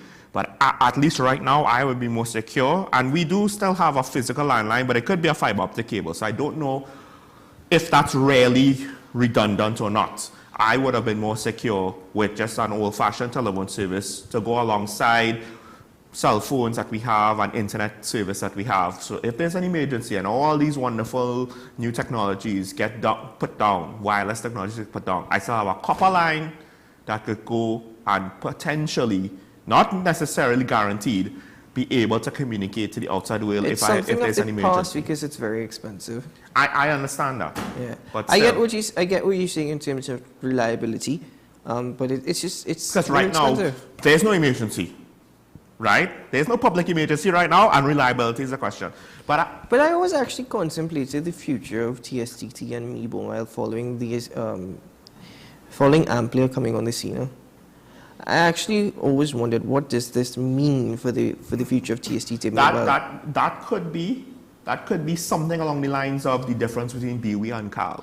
We rebrand because we want to have a fresh start, but it could still fall to the same pitfalls. Operating those three entities, because I'm wondering now if what's going to happen is that eventually you're going to see Amplia become the service provider with TSTT dealing with the infrastructural side, and Bmobile, that might make more sense. And Bmobile shutting down completely. That might make more sense, except we have some sort of separation in the different aspects of the business in electricity generation, and that also is questionable if how efficiently it's being run. Not because the structure is inefficient, but just because you're not insulated from management deficiencies and productivity deficiencies. It's like something that happened with Nokia. Nokia was once one of the best that's strategy and management. No. And what happened? Failures. When they couldn't adopt to the market, when Apple and Samsung started you know what they did? They said, all right, we're stopping our cell phone services. We're actually going to focus on infrastructure. Well, there you go. Yeah. Anyway, caller on the line with us from San Fernando. Good morning, caller. Hello, good morning. Good morning, gentlemen. Good morning. Morning. You're hitting a nerve there with that topic of maintenance. The problem in Trinidad and Tobago, within all of Trinidad and Tobago, within the state sector, whether it be a regional corporation, a ministry, a special service company, the problem is, with respect to maintenance, is that, okay, funding may be an issue, but the main issue is the citizens that work there are not being held to account by the senior management in those things. You go in a ministry, you go from the PS, come down. This is the problem. The problem that people are getting paid in this country to do nothing, or they're not doing their jobs, and nobody's is holding them to account. That's a major issue, Yes, Let me give you an example quickly. I had two these health officers that come from the regional corporation to look at a property when you have when you're going to build. And they were asking me about a drain, if there's a drain at the back of the property, because there's the cadastral showed it. And I said yes. I said, well, let's take a walk to the back of the property. And they refused to walk to the back of the property, and I'm saying, well, it's dry, you can walk through it because the place was cut. And they said, well, no, if you say so. And I said, okay, hold on. Let me walk to the back and I'll show you all. I will stand up in the back and let you all know the drain is there. Because they were not prepared to dirty their shoes. Oh, jeez. And this is the attitude that we are having in Trinidad and Tobago here. I mean, talk about priorities. This is the attitude. You understand? Yeah. So the citizens, the problem, our problem, we can fix these problems, Sean and Keaton. Yeah. It is us with the RIC. The other thing with the RIC, I have a issue with there needs to be a rate increase. I was one of those that championed the rate increase. Right. Yes. However, ICNTT has the last say, and I'm certain that what the RIC put forward as the maximum will not be what will be implemented. They will implement it, but they will implement something lower because the government of Trinidad and Tobago don't want to that's a good point. appoint Trinidad and Tobago, Yeah. so they will Yeah. tell the board to bring something smaller, but the rate increase is deserved. Thank you. Have a good week. Thank you very much, Kola, for your contribution. I said it at the beginning of our conversation this morning that you cannot always blame government when it comes to maintenance because you've got management that does not oversee the employees. I said at the beginning because the Prime Minister also alluded to it a couple of months ago where he says, employees are not carrying out their responsibilities and are not being held to account. Now, I also agree with you on the rate increase thing. I think you're right about that. I agree with the rate increase it's as well. most likely what I think would happen. I will agree to that, but, you never know. But I think, here's the thing, though, what he said about accountability. That's all well and good. But technically speaking, there's a chain of command, right? It sounds very militaristic, but in any organization, table of hierarchy, pyramid of hierarchy, whatever, you got the top, holds the person underneath him accountable. The CEO doesn't hold every cleaner in his organization, right? The Republic Bank CEO does not go to every teller and hold them accountable one by one, but he holds all people under him accountable, and that filters down to the branch managers and to the various supervisors, etc., etc. And at the end of the day, look at national security, right? We can't even hold the Coast Guard accountable for not patrolling the waters, right? Oh, we have all these vessels. Don't mind the fact that I think when they say 12 vessels, they're misleading the public with regards to the classification. But if we can't hold the Coast Guard to account and the Defense Force to account, why do we expect various officers to be held into account? And if they hold their subordinates and so on and it trickles down, then it could happen. So, but I understand it's not easy and it's not so simple. One of the reasons why an organizational chart exists, by the way. Good morning, caller from Couva. Last caller for the morning. Hello, good morning. Morning, you're on the air. Good morning, blessed morning to both of you. Good morning. I look at the show often, but the gentleman with you this morning there, he normally be there. Can't remember his name. My name is Keaton. What I'm saying, what he's talking about maintenance. When Dr. Rowley came into office in 2015, remember he said we need to take care of the places and we need to do maintenance, and that is what he's doing, maintaining the place. But is the departments involved, just as the young man is saying, that they do not do their job. Mm-hmm. When they say tomorrow and they're gone, that is too much for this hour when you're showing me it. When they know, okay, if you tell me tomorrow, when you come in the morning, I expect you to start checking the rails and all of that, Mm-hmm. Same thing happened. They took many years before that Elias could have handed over the keys to Mr. Michael Chambers. And when they hand over the keys to open Mount Hope, you know that if you know Mount Hope Hospital, the wooden rails they had there, they were eaten out. A few years after, they had to pay money to put a kind of metal something now. People robbing the country blind, and bowl with it, and they're complaining. Mm-hmm. We expect to get everything free. Oh my God. Yes, that is true as well. Brothers, have a good weekend. Thank you, caller. Thank you very much. Caller. That is very true. That last part about expecting to get everything free. Everybody in Trinidad and many a times, hear this. Public service employees, and I'm not bashing the workforce, but I'm saying that the attitude that you encounter, it comes across as though everyone is entitled. And you see that line? That's too much for this hour. Your lunch break is sometimes longer than the number of minutes that you actually spend doing your job. So here's the thing, and you don't want to bash public servants, but I want to bash society. Because I think all of that comes down to this. And I have a theory, right? I observe something. This is my theory with regards to the imbalances of the education system. A big chunk of it is expectations. Prestige schools, whether it's the teachers, whether it's the parents, whether it's the students themselves, even the management of the school, have higher expectations than many non-prestige schools. There are non-prestige schools that do a good job, don't get me wrong, right?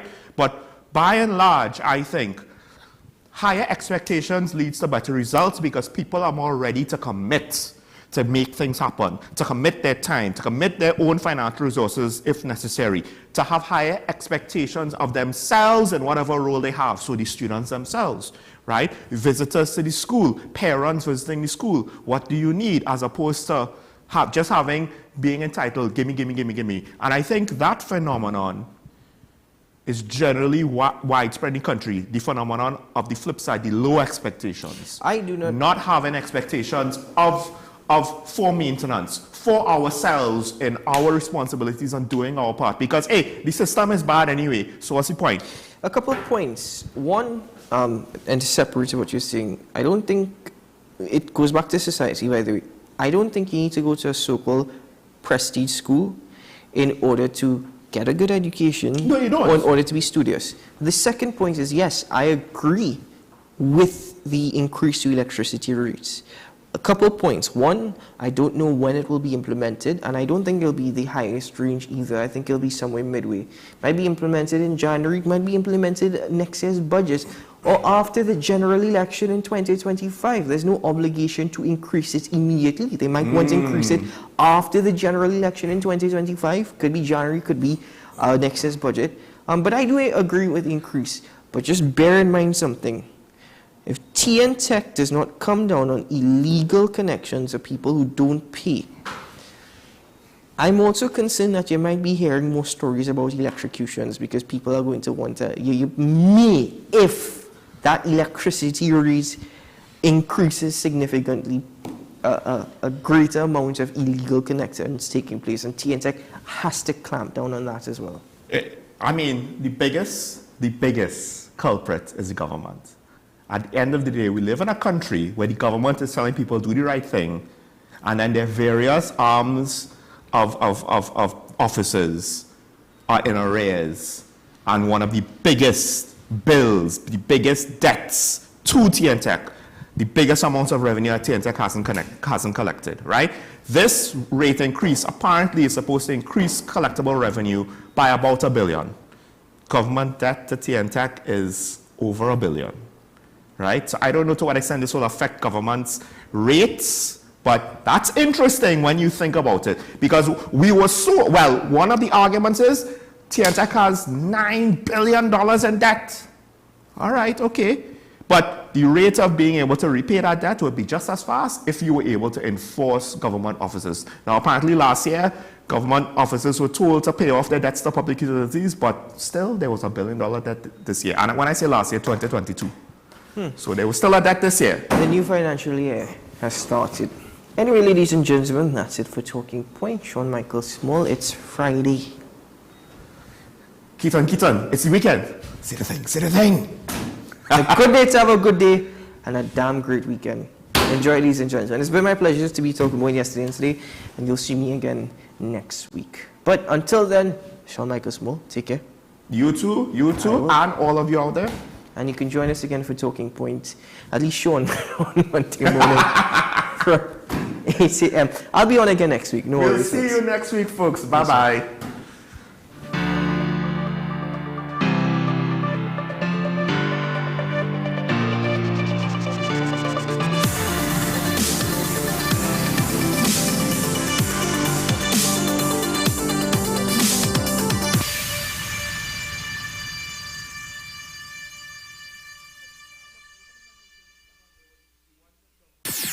WESN.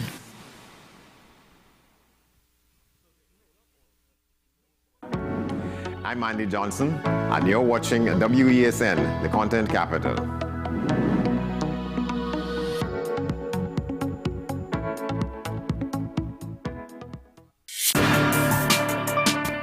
The people really want to know, what about me? Where do I fit?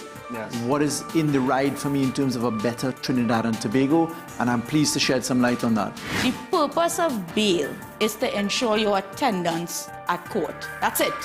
It is not punitive. It is not rehabilitative. We, the police officers, we are professional, and we are here for whenever the survivor is ready to come forward. We have the right to private and family life, the right to religious freedoms and beliefs and thoughts and expression. But these rights are not absolute. Certain rights can be limited. The law is to govern the whole. It's for all of us in public.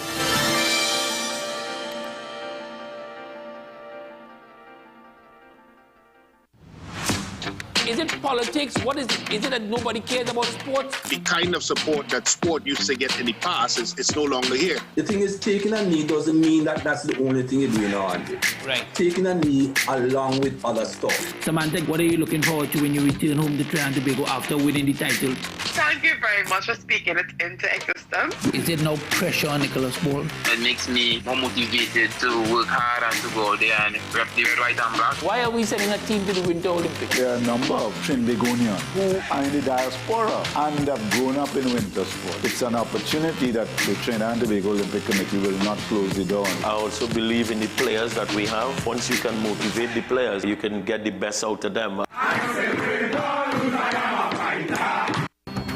The issue, the continued rise in the price of flour and its impact on the cost of living in Trinidad and Tobago. How should we go about it? I want to ask you, what has been revealed to you about the state of vulnerability in the country because of this exercise and because of what we're going through? Is the government losing the war on the vaccine front? The discussion should revolve around the common good for the greatest number of people in Trinidad and Tobago. How do we inculcate a sense of respect and regard for people who may not be of your own political ilk or persuasion? The communities are now being used by political opportunists. So when the tables are turned, it's the same way. Okay, this has been 10 Questions. I'm Andy Johnson, and we'll see you next time. Join me, Dr. Nalini Kokram, on WhatsApp Doc, where we discuss all your burning questions concerning health. Trinidad and Tobago is among one of the highest risk group of patients that develop this form of genetic breast cancer. What I'd like to take home from a short interview like this, screening. You must screen. Because it's silent. It's silent. Yeah. And because it's silent, you don't know it's there. WhatsApp Doc, every Tuesday and Thursday on WESN, Content Capital. Join me, Sule A. Joseph, as I delve into the day-to-day psychological issues plaguing our society. We will discuss behaviors that encompass the biological influences, social pressures, and environmental factors that affect how you think, act, and feel. Sight, Thursdays at 11:30 a.m., only on WESN, Content Capital. The newest book is here, Closer to the Church, the debut novel by author and former mayor Louis Lee Singh. Available at all the home store branches, Barataria, West Mall, Shogunas and C3 San Fernando. Paper-based bookshop 10 Nook Avenue, St. Anne's. WESN 30A Gattaca Street, Woodbrook. Metropolitan Bookshop, Ariapita Avenue, Woodbrook, and all RIK bookstores nationwide. Available online as paperback on Amazon.com and Kindle for e-readers. For more info, call 628-5835 or 389-6504. Also available from author Louis Lee Singh, I Used to Live in Heaven, Letters to My Granddaughters, and Local Government in Trinidad, Conspiracy Against the People. We are WESN, the premier platform for Caribbean content. WESN, covering West, East, South, and North. WESN, we entertainment, sports, and news. WESN, available on Greendot 7, Amplia 118, Airlink 17, Bmobile 107, Digicel 21, ICNTT 105, and Flow 110. Connect with us at WESNCC or stream online at www.wesncc.com. WESN, your premier platform for Caribbean content.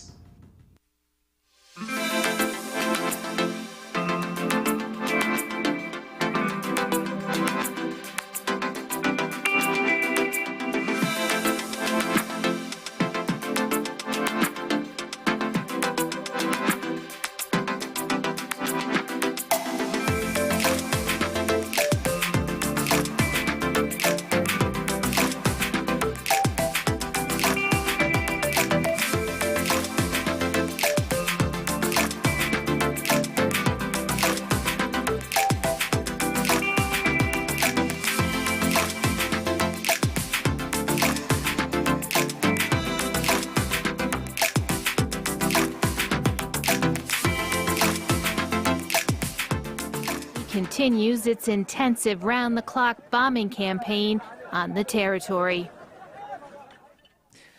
The Israeli government has announced the evacuation of a whole city close to the northern border with Lebanon due to the ongoing risk of an attack by Iranian-backed fighters of the Hezbollah movement. More than 20,000 people live in the city of Kiryat Shimona. There's been a heavy cross-border fire, number of incidents close to that area in the past few days. Well, Andrew Hillier is in the northern Israeli city of Haifa with more on the tensions on the border. There has definitely been a spike in tensions on Israel's northern border with Lebanon. Just today, the Israeli military said it had killed at least 3 militants from Hezbollah who were trying to cross into the region of western Galilee. Israeli snipers also firing back into southern Lebanon in that same area. Yesterday, at least 20 rockets were fired from southern Lebanon into the same region, western Galilee. That's according to the Israeli military. Israel responding with shelling. But what's really important to point out with regards to those rockets fired yesterday is that for the first time that attack wasn't claimed by Hezbollah, which has its stronghold in southern Lebanon, of course, but it was claimed by Hamas militants, which would be a first since tensions began heating up along Israel's border with Lebanon. Of course, there have been many cross-border skirmishes. They have for now been contained along the border areas, but they do appear to be growing in intensity. Andrew Hillier in Haifa. Now in Tel Aviv, the city's largest public hospital, Irilov Hospital, is preparing to shelter its patients ahead of the conflict, including moving emergency theatres underground. The hospital was built in 2006 after Tel Aviv was struck by rockets during the Second Lebanon War, so it could treat patients during wartime. Our special correspondents Pauline Godard and Omar Al-Hamadawi visited the site. Beneath Irilov Hospital, staff are busy at work. Beds, medical equipment, oxygen supplies, everything must be ready for patients. At any moment, 700 of the 1,600 beds could be transferred to this secured area, where all the departments are grouped together on 3 levels. The underground hospital is normally used as a car park. You can see in grey the spaces where cars are usually parked, and you can also see a different color. We have numbers that actually correspond to the bed number, because in wartime, this space ceases to be a car park and becomes a hospital. Since the start of the war, Tel Aviv has been the target of daily rocket attacks from Hamas. In the event of an alarm, we have a minute and a half to get to a protected area, and a minute and a half is a luxury, because on the immediate edge of Gaza, it's 30 seconds. It's 30 seconds to get to safety. But some patients have already been moved underground. I'm working in dialysis, and when there's alarm, the patients, we can disconnect them and they can run to a safe place. So now here they feel very safe because it's in a safe place. We don't need to run somewhere, and they feel very safe here. 50 of those who were injured in the October the 7th attacks are still being treated here. Help is pouring in to support the patients and their families. People that their homes destroyed, and people that are, injured in the fights against the enemy, and they make them feel like home, and give them whatever they need, and every little joy that we can do for them, to make them happy, it's a blessing. Other volunteers come here to sing, to play music, to help patients forget, for a few minutes, the horrors they've lived through.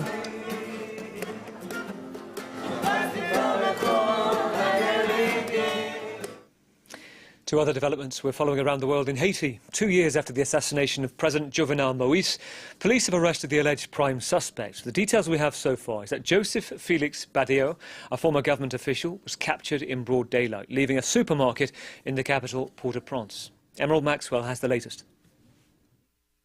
Haitian police released these pictures of the one-time official who worked for Haiti's Ministry of Justice being arrested for the assassination of President Jovenel Moïse. Joseph Felix Badeo had been fired from his job for alleged ethical violations weeks before the killing. Haitian police say they caught up with him in a supermarket car park in a suburb of the capital. He's been held in custody, charged with murder, attempted murder and armed robbery. Badiou is accused of ordering the hitmen to Moise's home in the hills above Port-au-Prince on July 7, 2021, where they shot the president 12 times. Several people have already been arrested, among them 18 Colombian ex-soldiers who are in custody in Haiti, as well as a number of Haitians and Haitian Americans. There are also some men in US custody. This brings the number of defendants charged in the United States with roles in the assassination to 11. American prosecutors allege that the plot to remove Moise was hatched in both Haiti and Florida, with conspirators hoping to benefit from contracts from a successor administration. Instead, Moise's death plunged the island into political disarray. And in the absence of a functioning state, gangs have increasingly filled the void. Acting President Ariel Henry has requested urgent foreign armed help to fight the gangs. So many Haitians continue to suffer. The UN Security Council finally voted in early October to send a multinational force led by Kenya, which has yet to deploy. Next to Niger, it's been reported that in the early hours of this morning, the former president, Mohamed Bazoum, had tried to escape from custody. He's been held at the presidential palace by the ruling military regime after the coup 3 months ago. His captors, who were once his personal presidential guard and now govern the country, say they've arrested several of what they call main actors in the escape plot. It's claimed the plan involved the ex-president getting into a hideout on the outskirts of the capital, Niamey, where it's alleged helicopters were waiting close by. Mohamed Bazoum's lawyers have said they're taking his case to the UN Human Rights Council. Well, stay with us here on France 24. We'll be back in 15 minutes with a full update, including the situation on the ground in Gaza and in Egypt too.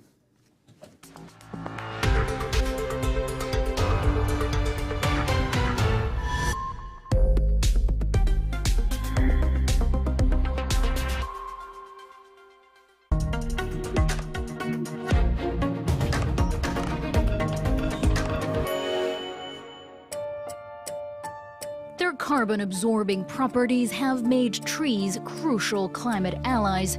But for how long? As extreme climate conditions accelerate their decline, forests can no longer soak up our emissions. In France, some have even turned into a source of carbon.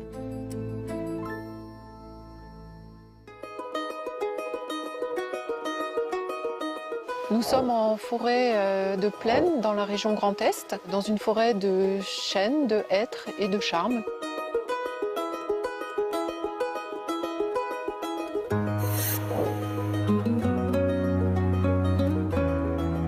Et je travaille sur la santé des forêts, leur croissance et les causes de ces possibles dysfonctionnements. Cette forêt n'est pas en très grande forme. On a beaucoup d'arbres qui sont en mauvaise santé. Les premiers symptômes de dépérissement que nous avons constatés, ce sont des mortalités de branches dans la partie terminale des couronnes et jusqu'à observer des morts complètes de grands arbres. C'est pour nous la première fois qu'on a un dépérissement de cette ampleur.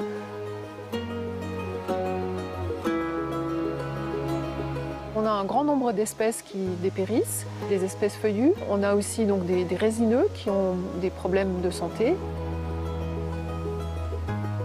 Pour regarder comment poussent les arbres en circonférence, nous procédons à une extraction d'une petite carotte de bois qu'on prélève dans le tronc. Chaque année, on a un anneau de plus qui est formé et en regardant la largeur de ces anneaux de croissance, eh bien, on voit des alternances entre des périodes où les arbres poussent bien, en général qui correspondent à des bonnes années climatiques, des périodes où les arbres poussent moins bien. Ce qu'on sait, c'est qu'après chaque épisode de sécheresse, on a des déclenchements de vagues de dépérissement forestier. 2018 était une sécheresse extrêmement sévère, mais aussi a été suivie en 2019 et 2020 par finalement trois années consécutives de sécheresse, ce qui n'a pas permis aux arbres de récupérer un état physiologique correct. Ce qui se passe aujourd'hui en région Grand Est et en Bourgogne-Franche-Comté, c'est qu'on a eu des grandes surfaces, en particulier d'épicéas, qui ont été coupées complètement parce que totalement mortes. Et donc c'est quand on fait l'ensemble de ce bilan des surfaces et des volumes de bois sur pied qu'on constate qu'effectivement on a des surfaces qui ne stockent plus et dont le bilan devient effectivement plutôt émettrice de carbone. Cette forêt pour nous est typiquement ce qu'on appelle des forêts en crise sylvo-sanitaire, c'est-à-dire que les crises climatiques, les épisodes climatiques que nous venons de traverser provoquent un dysfonctionnement qui va durer plusieurs années.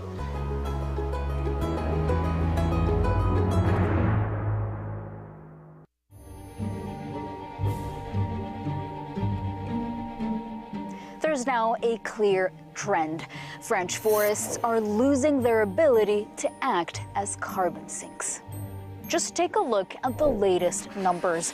In 2021, they absorbed 31 million tons of CO2, but just 10 years earlier, they were taking up nearly 60 million tons. In the span of a decade, French forests lost half of their carbon storing capacity. Now, logging has slightly increased, but climate change is most likely the main culprit. Trees are dying at an alarming rate from drought, wildfires, and disease. Those that do survive have had their growth stunted, and that means less CO2 captured from the atmosphere. Some forests are in such bad shape that they're even turning into a source of carbon east and north of the country. This decline is raising questions about France's climate targets. In order to offset part of its emissions, can the country continue to rely on its forests? Without a radical plan to save them, the goal of becoming carbon neutral by 2050 could slip out of reach. Scientists warning France has 10 years to turn things around.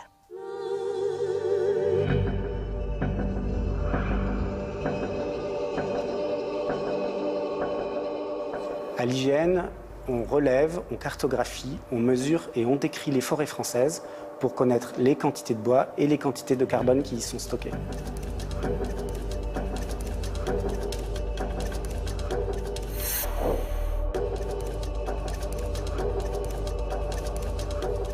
On va aller mesurer des placettes qu'on a sélectionnées aléatoirement.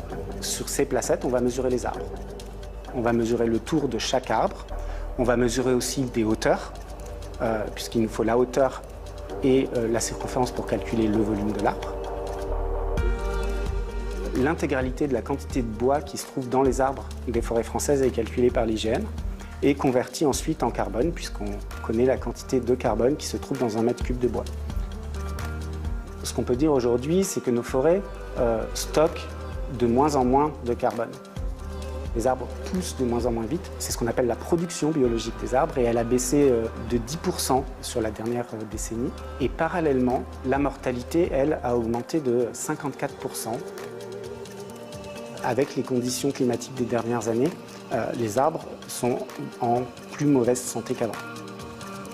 Et puis on a eu aussi une pullulation d'insectes, des insectes qu'on appelle les scolites, qui ont touché les peuplements d'épicéas situés à faible altitude.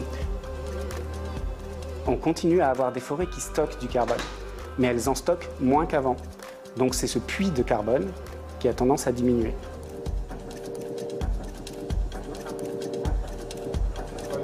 Le puits de carbone forestier, on peut le considérer comme menacé.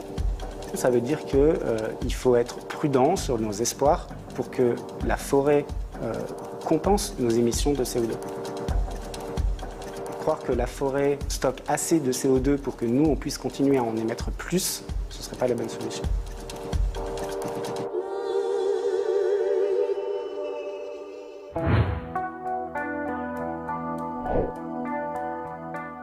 Ici, je suis située sur une tour à flux, au-dessus d'une forêt de hêtres.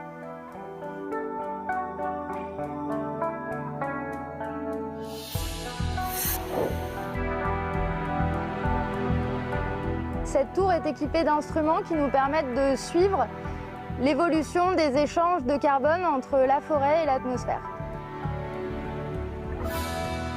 Donc l'idée, c'est que les arbres font de la photosynthèse, c'est donc qu'ils absorbent du CO2 Mais la végétation et les sols rejettent aussi du carbone par la respiration.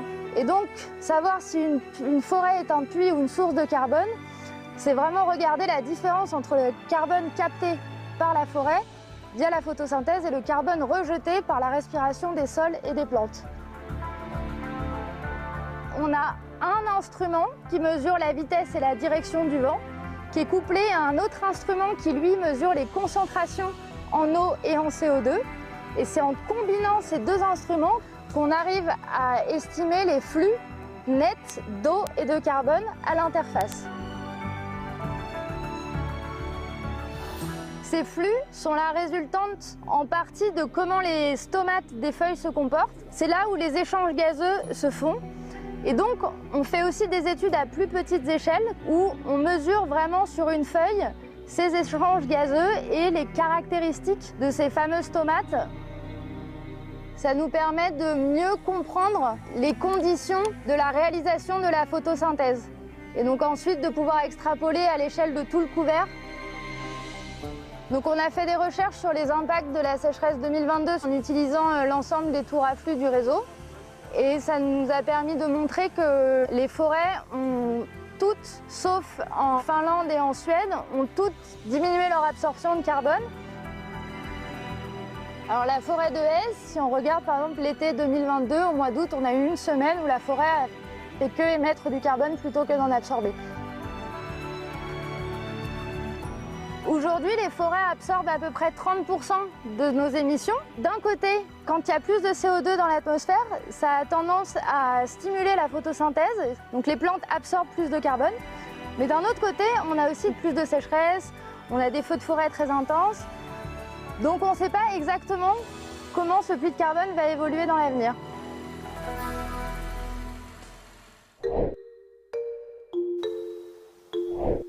Nous sommes dans une sapinière, on est en forêt domaniale du Dounon. Elle souffre du changement climatique.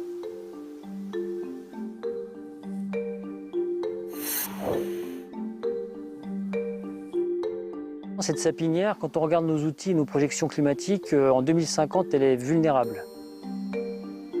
Le sapin ne passe pas 2050, c'est-à-dire qu'avec un réchauffement encore de 1 à 2 degrés, il serait en grande difficulté. Cette forêt, on va essayer de l'adapter. Donc on va s'appuyer principalement sur la régénération naturelle des arbres. Donc les grands arbres, ils ont vécu à une période où ils avaient plus d'eau, mais peut-être que la descendance, les enfants de ces arbres vont progressivement s'adapter. Mais ça suffira peut-être pas pour les scénarios les plus pessimistes du changement climatique. Et donc on va compléter cette régénération naturelle par des espèces plus résistantes qui viennent du sud de la France, comme le châtaignier et le cèdre. Des espèces qui seront capables de répondre au scénario à plus 3, plus 4 degrés. On a planté par placeau des jeunes plants de cèdre qui ont déjà donc deux saisons de végétation, donc ils sont encore petits, ils font 20-30 cm, mais là ils sont en train de s'enraciner. Même si l'arbre est petit, dès maintenant, pour pouvoir faire sa croissance en hauteur, pour pouvoir s'enraciner, il stocke du carbone. Le cèdre et le châtaignier, c'est deux espèces dont la stratégie principale, c'est de s'enraciner profondément pour pouvoir résister à la sécheresse. Donc, et puis ils sont un peu plus résistants aux hautes températures. La feuille de châtaignier va être un peu plus épaisse que du hêtre, par exemple. En forêt, on se projette sur le long terme. Un arbre qu'on plante aujourd'hui, on va le récolter au mieux dans 80-100 ans. Donc avec toute l'incertitude qu'on a sur les scénarios, on a une certitude, ça se réchauffe. Par contre, on ne sait pas si ce sera plus 2, plus 3, plus 4. Il y a quand même urgence à aider à adapter les forêts, parce que plus on tardera, plus les réponses, si on doit les faire dans 20, 30 ans, 40 ans, seront difficiles, et plus l'impact du changement climatique sur les forêts sera fort. Donc il faut anticiper dès maintenant.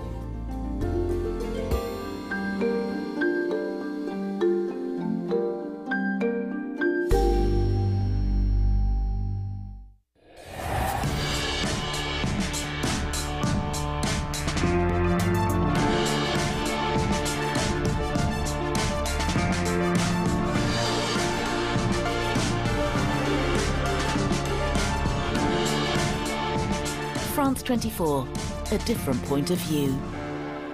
Liberté, égalité, actualité.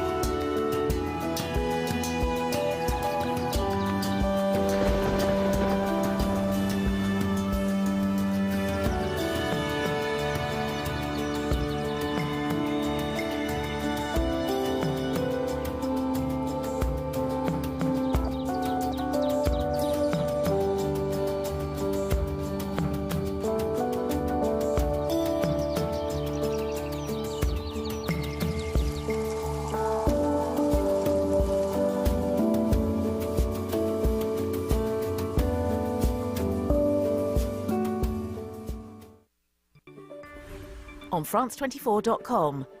Click Live. Find the stories you want to watch or to read about. Live news 24 hours a day in 4 languages. Explore the topics that captivate you. Are you looking for the latest news or to watch a show on demand? Follow us. Live international news is just a click away.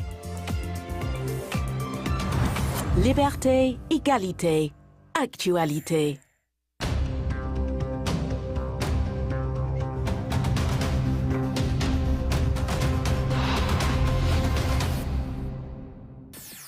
WESN.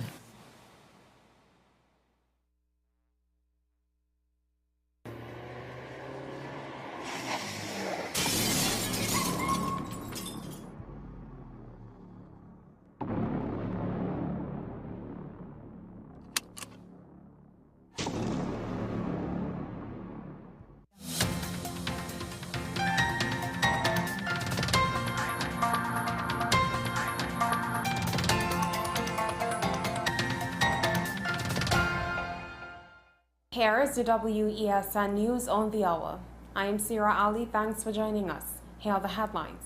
Regulated Industries Commission to reevaluate TNT's appliance damage policy. Man held with regiment-issued items. And internationally, United States eases Venezuela on oil sanctions. Now for the details.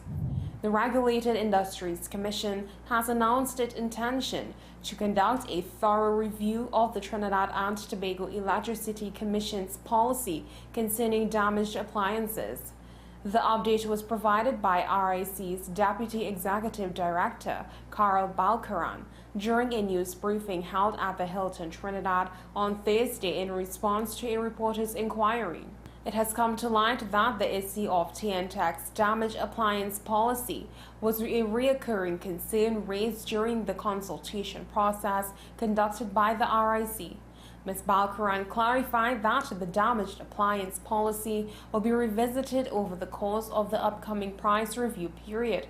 This policy delineates the protocols TNT is mandated to adhere to, regardless of its continuous suitability for its intended purpose.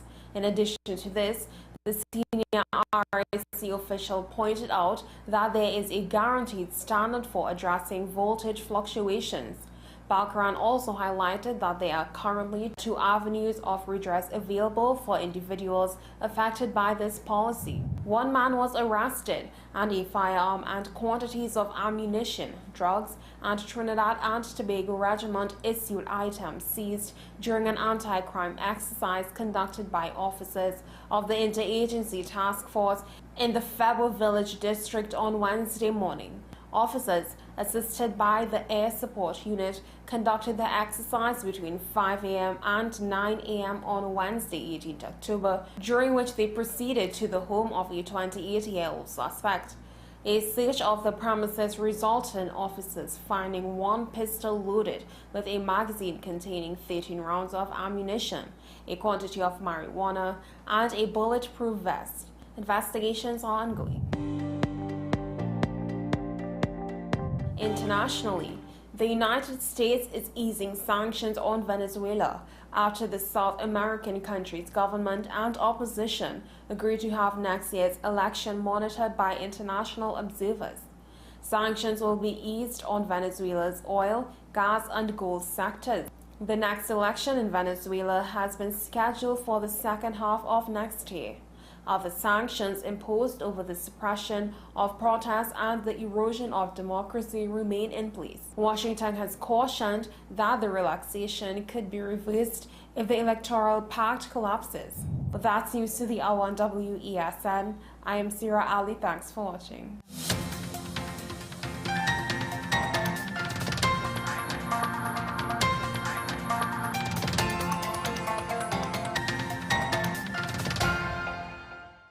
Since they were on sale, Laura bought these umbrella shoes without thinking. Literally, without thinking. Hungry for deals? You'd better come and satisfy it at KFC before doing something crazy. Wow Bucket. 7 pieces of chicken and 4 regular sides for $115. A finger-licking good deal. You gave us the inspiration to be first. We gave you the solutions that put you first. You walked with us side by side, and we continued to serve you with pride. First Citizens celebrates with you 30 years of achieving dreams, shaping success stories, and painting brighter futures together. And together, we'll accomplish so much more. First Citizens, together, 30 and beyond.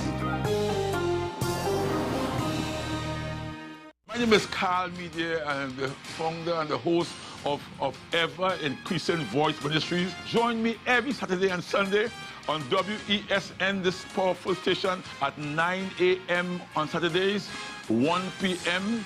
and 7 p.m. nightly. Also on Sundays, I'll be on at 7 a.m., 1 p.m. and 7 p.m. at night time. When you come here, we are getting people heavenly ready.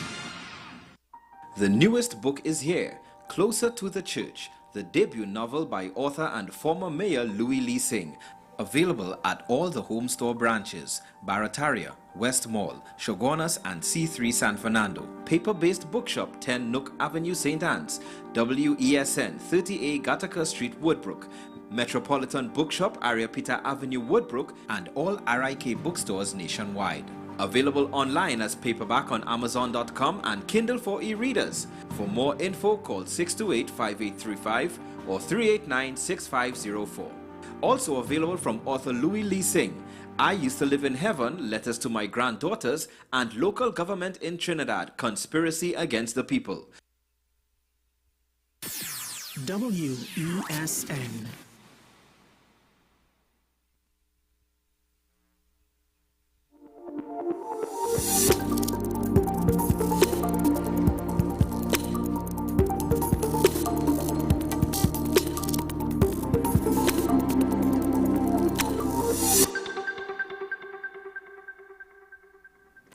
This is 10 Questions. I'm Andy Johnson.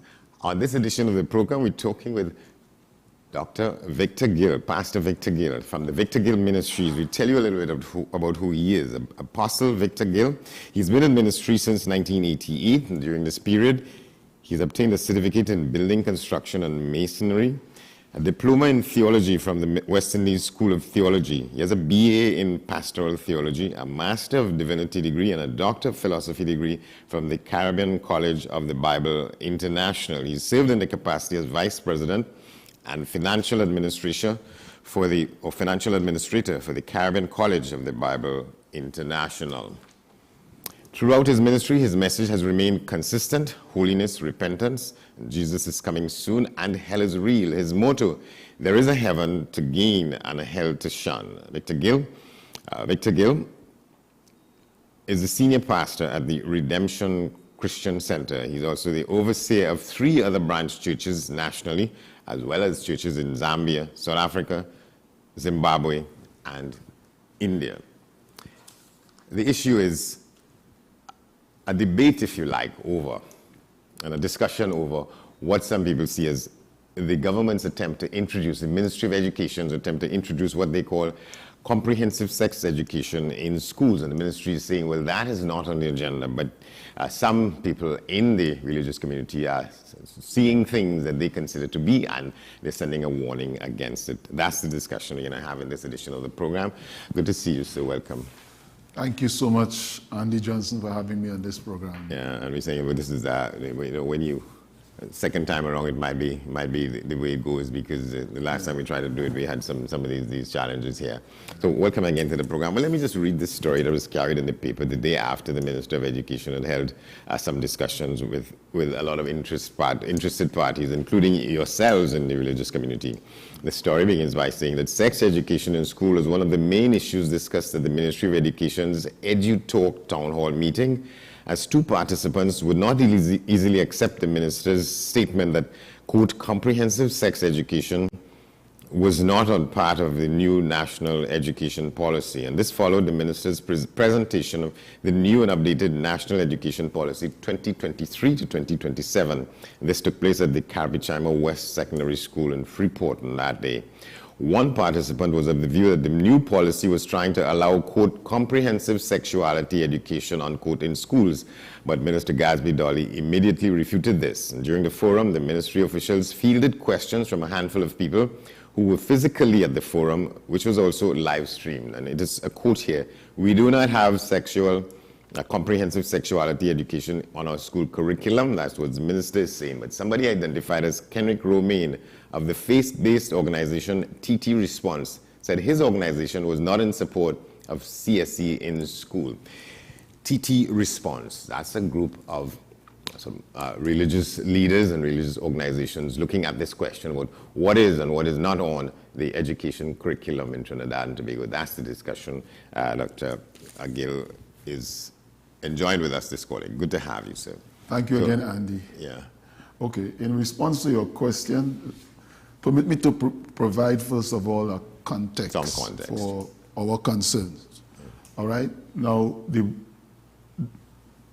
there's a trend right now of a new world order. You know, so many things are changing in the world. AI, there's a lot of changes taking place, and the LGBT issue has come to the fore, and there has been a lot of uprising. And when I say uprising, people have been speaking out across the diaspora of the Caribbean, and we are concerned, and we have reasons for that concern, and we believe that the government is covertly, they are not speaking the truth. They are bringing in comprehensive sex education into the school. But as I said, a context for our concern is, first of all, the Bible said in Genesis chapter 18 and verse 22, "Thou shalt not lie with mankind as with womankind. It is an abomination." In Genesis chapter 19 and verse 24, it is recorded there how God destroyed Sodom and Gomorrah for practicing homosexuality. And in 2 Peter chapter 2 and verse 6, again it reiterates that he turned the cities of Sodom and Gomorrah into ashes, condemned them with an overthrow, making them examples unto those that after should live ungodly. So when you talk about comprehensive sex education, you are talking about the LGBT agenda, the whole 9 yards. And we have proof that this is being covertly presented. And should I say first that the ACP-EU agreement, that is the African, Caribbean, Pacific region of the world, and the European Union. With the European Union, make of that, yeah. Right. In that agreement that was supposed to be signed sometime soon, and I don't know if it has been signed already, probably, but you know, Africa pulled out of that, and also Hungary and Poland, because they didn't agree with some of the clauses. I want to draw your attention to Article 36 of that treaty that states, "Parties commit to the full and effective implementation of sexual and reproductive health rights." Note those words. Parties commit to the full and effective implementation of both sexual rights and reproductive rights. Article 48 states, "Parties commit to the full and effective implementation of comprehensive sexual information and education and reproductive information and education." Now, full and effective implementation of reproductive health is not about the legalization of abortion only, but it includes transgender men having the rights to make babies. But here is probably the most troubling part of this treaty: the full and effective implementation of comprehensive sexuality education. So this is about the legalization of the whole LGBT agenda of sexual nihilism, sexual perversion. And mainly, it is about securing legal rights to indoctrinate and brainwash the nation's children through our own education system and our own taxpayer dollars. So the plan is to deceive the children, the future of the nation. So you're accusing the Minister of Education of telling untruths when she says that there's no intention in the government to introduce what your understanding of comprehensive sex education in schools. Yeah, I have grounds for that. Okay, where is the evidence that that is what is happening? A young man from my church, I wouldn't say much more on that because I don't want him to be under any pressure. He took this picture. There was a questionnaire in the school. This is a boys' school, right? And the camera could look at it. They could zoom in on it. In a boys' school, on this questionnaire, he was asked, what is your gender?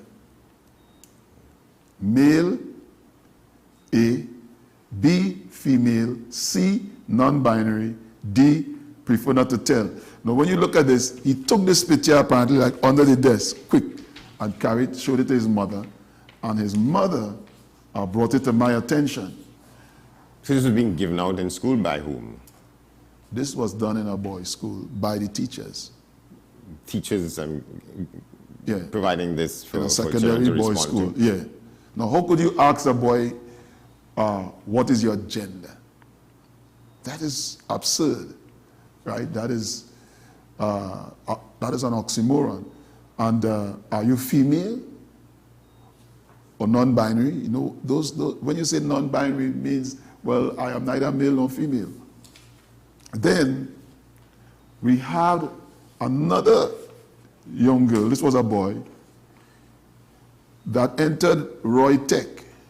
And in Roy Tech, which is supposed to be a business institution to learn business studies and so forth, as far as I understand, she was told that to make her marks for her course, she had to debate in favor of transgenderism. No, not just debate it, but debate it speaking in favor of it. And her mother had to go to the school and make an uproar. And then they transitioned her to do something else. I have one more. And the same thing happening in Barbados. The Bajan News today said, this happened sometime last year, I believe. The Ministry of Education came under fire for reportedly circulating a test to first form students, which has been described as distasteful and invasive. The exam, which was administered at secondary schools across the island, was purported to be a pretest on computer science. However, parents complained their children were quizzed on their sexuality as well as personal information about their parents. In addition to that, the UE gender policy, which was written in 2017, the UE gender policy for Cave Hill, Barbados, Mona, Jamaica, and St. Augustine, Trinidad and Tobago, the foreword by Professor Vice Chancellor Sir Hilary Beckel states, it is imperative that at UE we make deliberate and transformative progress with regards to gender diversity, not just honoring, but celebrating the human rights of all in our midst. Celebrating. Right, celebrating the human rights of all. What that means is that people, we each have an idea of what our own human rights are, and the argument is that if people are oriented this way, that's who they are in essence. I'll come to all of that, but I just want you to see that it is factual that there's a covert move to introduce comprehensive sexuality, and we have proof of that. All right, well, I looked up the term comprehensive sex education. This is part of what it says. The statement begins by saying this. Comprehensive sexuality education is a sex education instruction method based on curriculum that aims to give students the knowledge, attitudes, skills, and values to make appropriate and healthy choices in their sexual lives. The intention is that this understanding will help prevent students from contracting sexually transmitted infections such as HIV and HPV, That's stuff about the human papillomavirus. Reduce unplanned and unwanted pregnancies, as well as lowering rates of domestic and sexual violence. And the curriculum regarding sexual activity varies, including sexual abstinence, age of consent, safe sex, contraception, such as birth control pills, condoms, and abortion. Then say, the source of your definition, if you don't mind. Because, I mean... Yeah, I looked it up. Google today, you look for definition of words and they are changing, right? So I would like the ministry to tell us what they mean when they say comprehensive sex education. I am showing you... But the ministry is saying, that the ministers on record are saying here that the Ministry of Education in Trinidad and Tobago is not doing that. Right, and that's why I showed you what happened in the boys' school, and I have the facts here, and the Roy Tech. So they are saying one thing, obviously. But could it not be that these institutions are doing that on their own, without regard to the reason why I say that is because of the ACP-EU agreement, which is a treaty. And if it's a treaty, means that it will circumvent constitutional law once you agree to that. This is why Mo Salvini of Uganda pulled out of it, and they sanctioned him. You know, the African Union, they pulled out. Kenya, they said, no, we have our values, we have our tradition. It is not men having sex with men and women having sex with... That is what it is about. But you see, the Caribbean, we don't have strength. Quote unquote. What do you mean we don't have strength? We can't take a decision like that? We have strength, you know, but we are afraid. We are coward. Of what? Well, we value more the ability to trade and money and these things than to stand up for what is right, for righteousness. For instance, the same Minister of Education was seen... Dr. Gadsby Dolly. Dr. Gadsby Dolly, thank you, receiving a mural from the American Chamber of Commerce. Now, you know, that has to do with trading with America and so forth. And who was presenting it? A drag queen, a man with a dress on and a high heel shoe. Now, what is that saying? That captures all that I am saying. The government is selling the country, selling the morals of the country for economic reasons. And that is why Jesus said, the love of money is the root of all evil. What we need in this country are leaders whose value is not to follow the money trail. But there's another side of that. But to honor God, because the Bible says righteousness exalts a nation, but sin is a reproach to any people. And I'm saying, Andy, if the UE gender policy is to teach gender diversity, that's our top educational institution. It will trickle down. And so you leave no room for those people who, for whatever reason, by whatever orientation, that is their orientation. Okay. And that they cannot be excluded from the mainstream because that is who they are. And if that is enforced, that will come down to be a denial of people's basic human rights, individual human rights. I will respond to rights and orientation. Yeah. Okay? First of all, human rights cannot exist in a vacuum. For there to be rights, there must be wrongs. Are you assuming that the LGBT folks have rights that are unique to themselves? And if so, what are those rights? And where to be who they are? And where did they come from? All right? That's one thing. Rights cannot exist in a vacuum. There must be wrong. And the question is, who decides what is right and what is wrong? Yeah, and who does? And who should? Right. The next thing who is should this. dictate to me what my rights may be in these. I will answer that. Innate human rights. I will answer that this way. When you talk about orientation, because that is what it comes down to. Yeah. My rights to my orientation. You know what orientation means? Your orientation is your belief or your feeling. Who you are. No. It's your belief. What you believe about yourself. Not who you are. You are who you are, but you can believe whatever you want. Precisely. But that doesn't validate what you believe. That's a conundrum if you're saying you are who you are. You are who you are, not who you believe you are, but who God made you to be. And who's to determine that for an individual? Well, I'll answer that. So if you say my orientation is to be a woman, although you're a man, and to have sex with other men, that's my sexual orientation.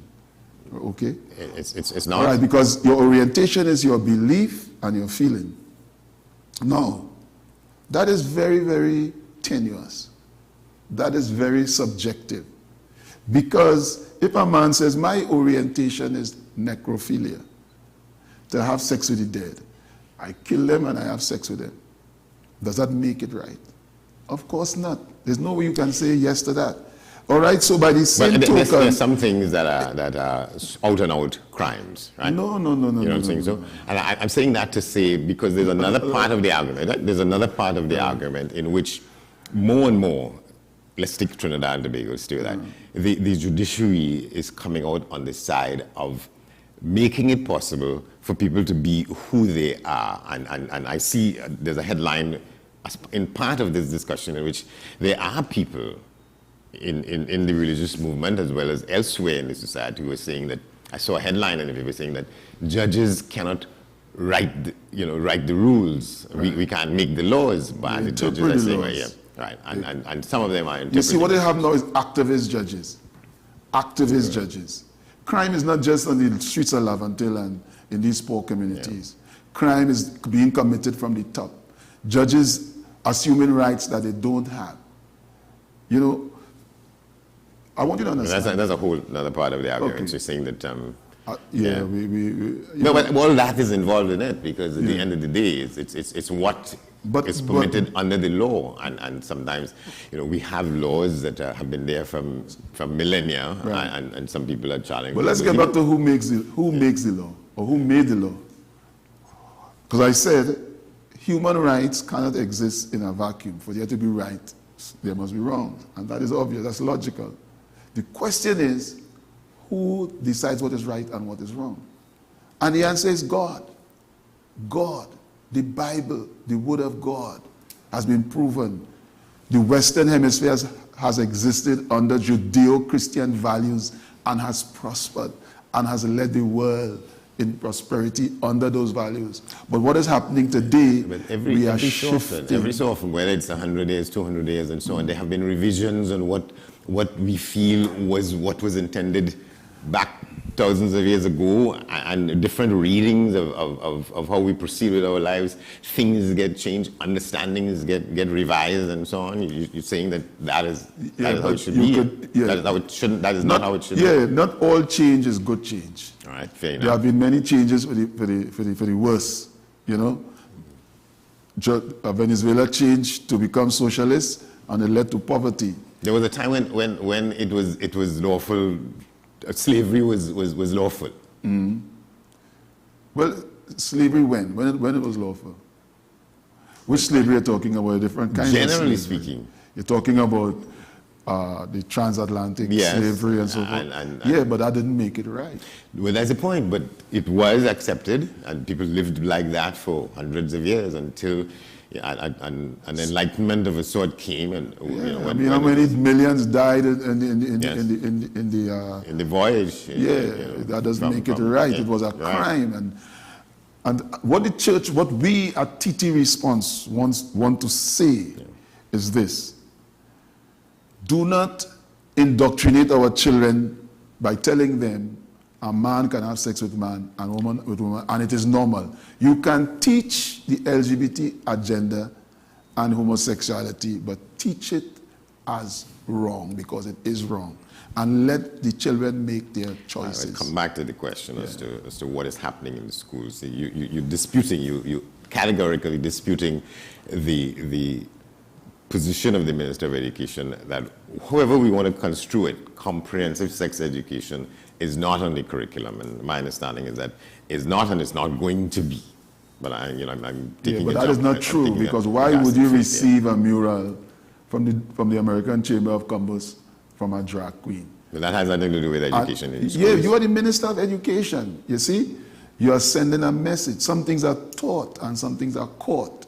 We understand that. And psychology, why would you, 20 years ago, that would never happen.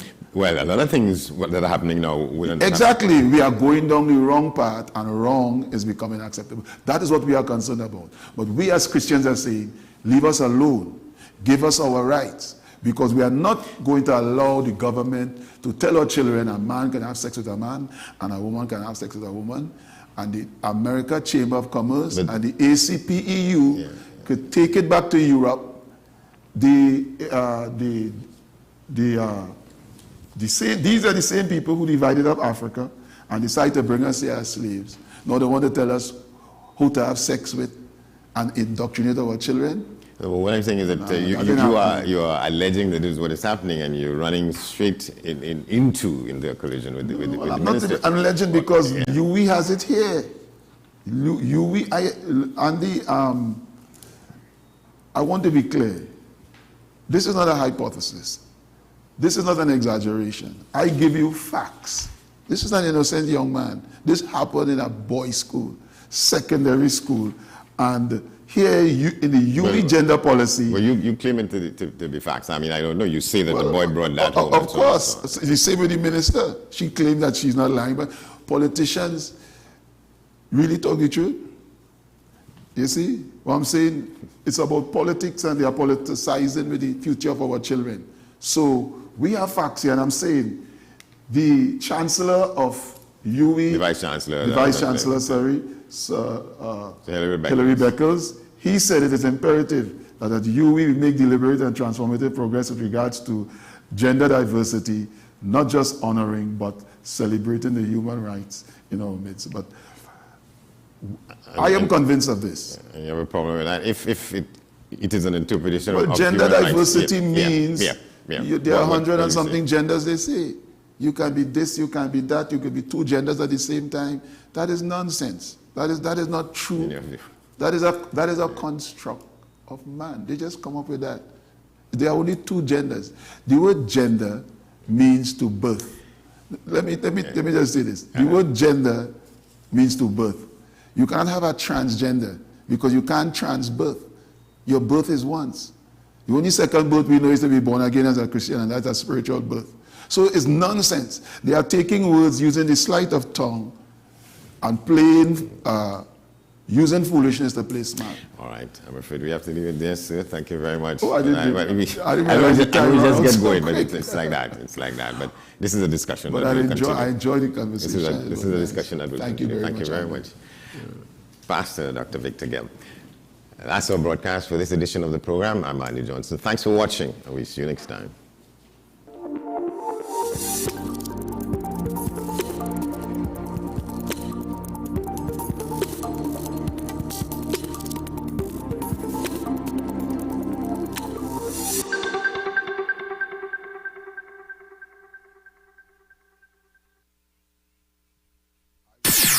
WESN.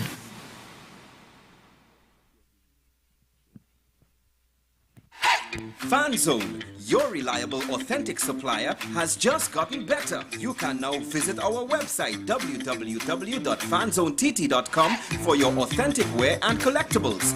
The only place where you can use both your Visa debit and credit cards.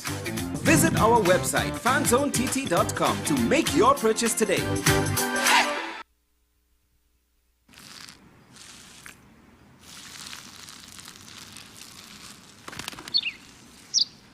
Maybe he landed here totally by coincidence.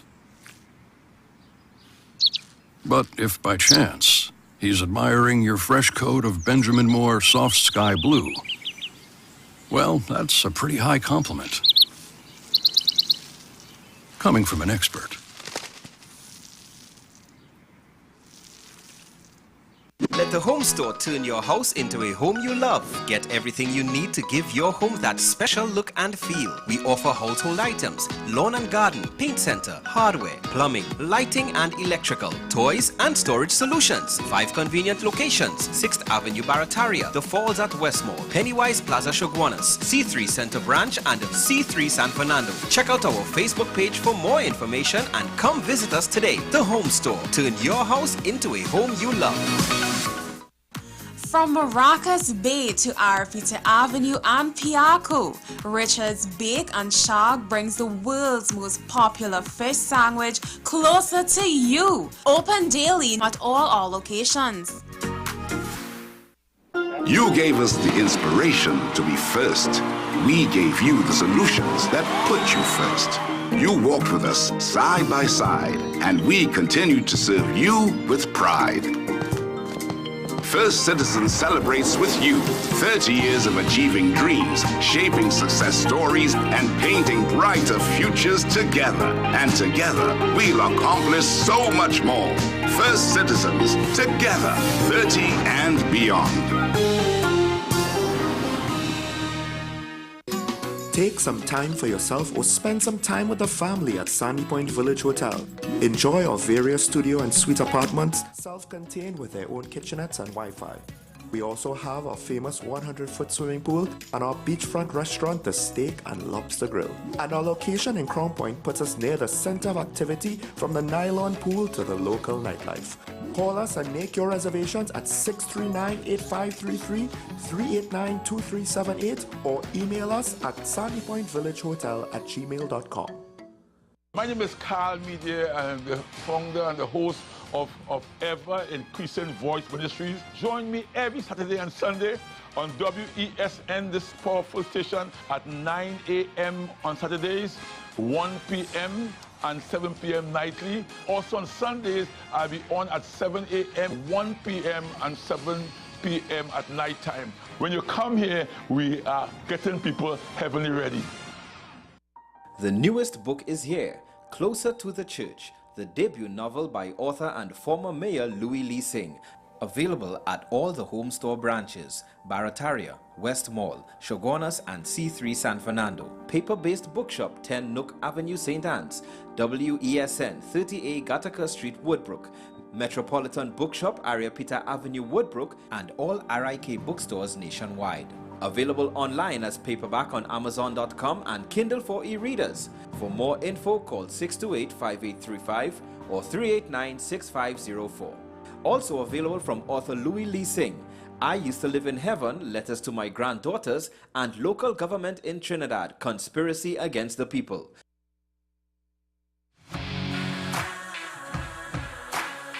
Every day, we communicate through stories. Stories of ourselves, our challenges, our goals, our experiences, and our aspirations.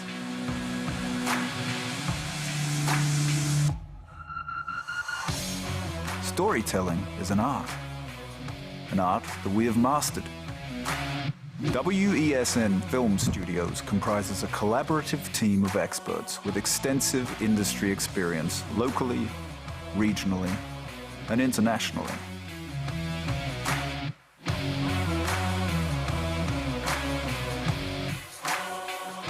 The ability of your business to successfully communicate with your preferred audience depends on the strength of the stories you tell.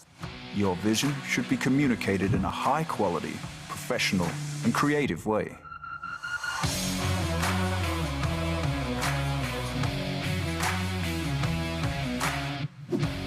From concept to post-production, advertising to film, multi-camera productions, live events, streaming, and virtual conferencing, we are WESN Film Studio. Let your own unique voice be heard and your vision realized. Call us today at 628-5835 for your next production.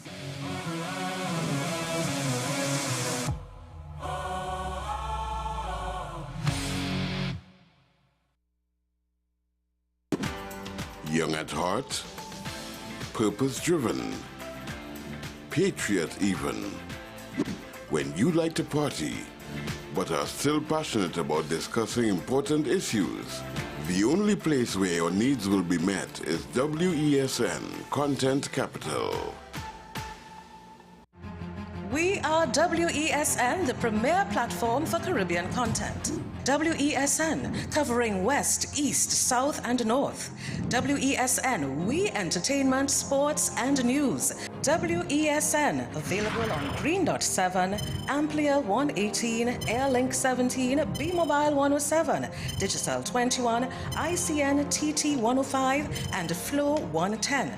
Connect with us at WESNCC or stream online at www.wesncc.com. WESN, your premier platform for Caribbean content.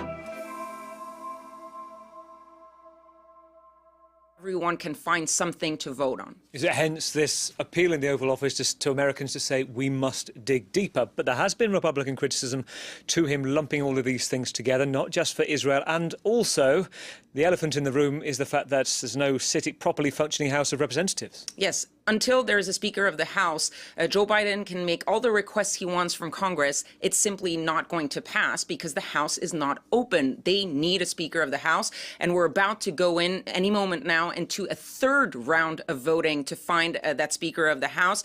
Jim Jordan is the official nominee for the Republican caucus, but he has already failed in 2 votes. In the first vote, 20 Republicans voted against him. In the second vote, 22 Republicans, and the expectation is that he is going to be bleeding more Republican votes in this third round, but he's not looking like he's stepping down. The Democrats are calling for a sort of bipartisan path forward. Hakeem Jeffries, the leader of the Democrats, saying they are ready, willing, and able to support a bipartisan path to reopen the House.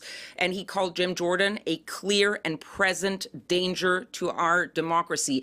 Everyone in Congress agrees that the House needs to reopen, that they need a Speaker of the House, that time is of essence. But unfortunately, they still so far haven't been able to agree on who that person would be. There's one possibility that started to be discussed is that the person, Patrick McHenry, who is currently the interim speaker, some people are saying maybe we can keep him a little bit longer to bring, for example, that congressional request to the floor. That has not happened yet. So no speaker, no House, and that means no aid to Ukraine or Israel. It is fascinating. Ketan Gojestani, thank you, our International Affairs editor. I think I remember it took 15 attempts, something similar for Kevin McCarthy. So let's see where this one goes. It's attrition wearing in or not. OK, well, to other developments we're following around the world. In Haiti, 2 years after the assassination of President Jovenel Moïse, police have arrested the alleged prime suspect. For details that we have so far, Joseph Badio, a former government official, was captured in broad daylight, leaving a supermarket in the capital, Port-au-Prince. Emerald Maxwell has the latest. Haitian police released these pictures of the one-time official who worked for Haiti's Ministry of Justice being arrested for the assassination of President Jovenel Moïse. Joseph Félix Badio had been fired from his job for alleged ethical violations weeks before the killing. Haitian police say they caught up with him in a supermarket car park in a suburb of the capital. He's been held in custody, charged with murder, attempted murder and armed robbery. Badio is accused of ordering the hitmen to Moïse's home in the hills above Port-au-Prince on July 7, 2021, where they shot the president 12 times. Several people have already been arrested, among them 18 Colombian ex-soldiers who are in custody in Haiti, as well as a number of Haitians and Haitian Americans. There are also some men in U.S. custody. This brings the number of defendants charged in the United States with roles in the assassination to 11. American prosecutors allege that the plot to remove Moise was hatched in both Haiti and Florida, with conspirators hoping to benefit from contracts from a successor administration.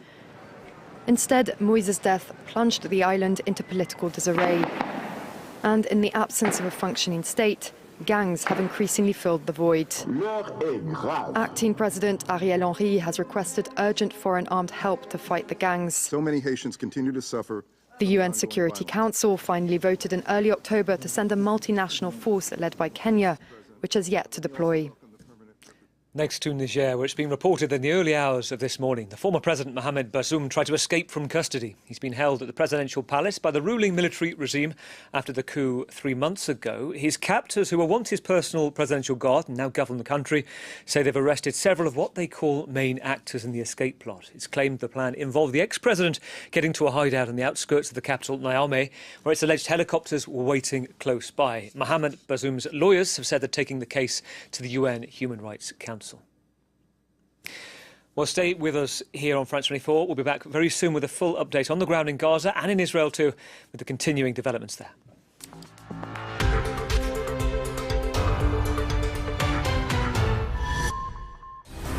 I'm Sarah Morris, France 24 correspondent based in Madrid, bringing you news, reports and analysis on Spain and Portugal. So join me here on France 24. Sarah Morris, one of the 200 France 24 correspondents around the world.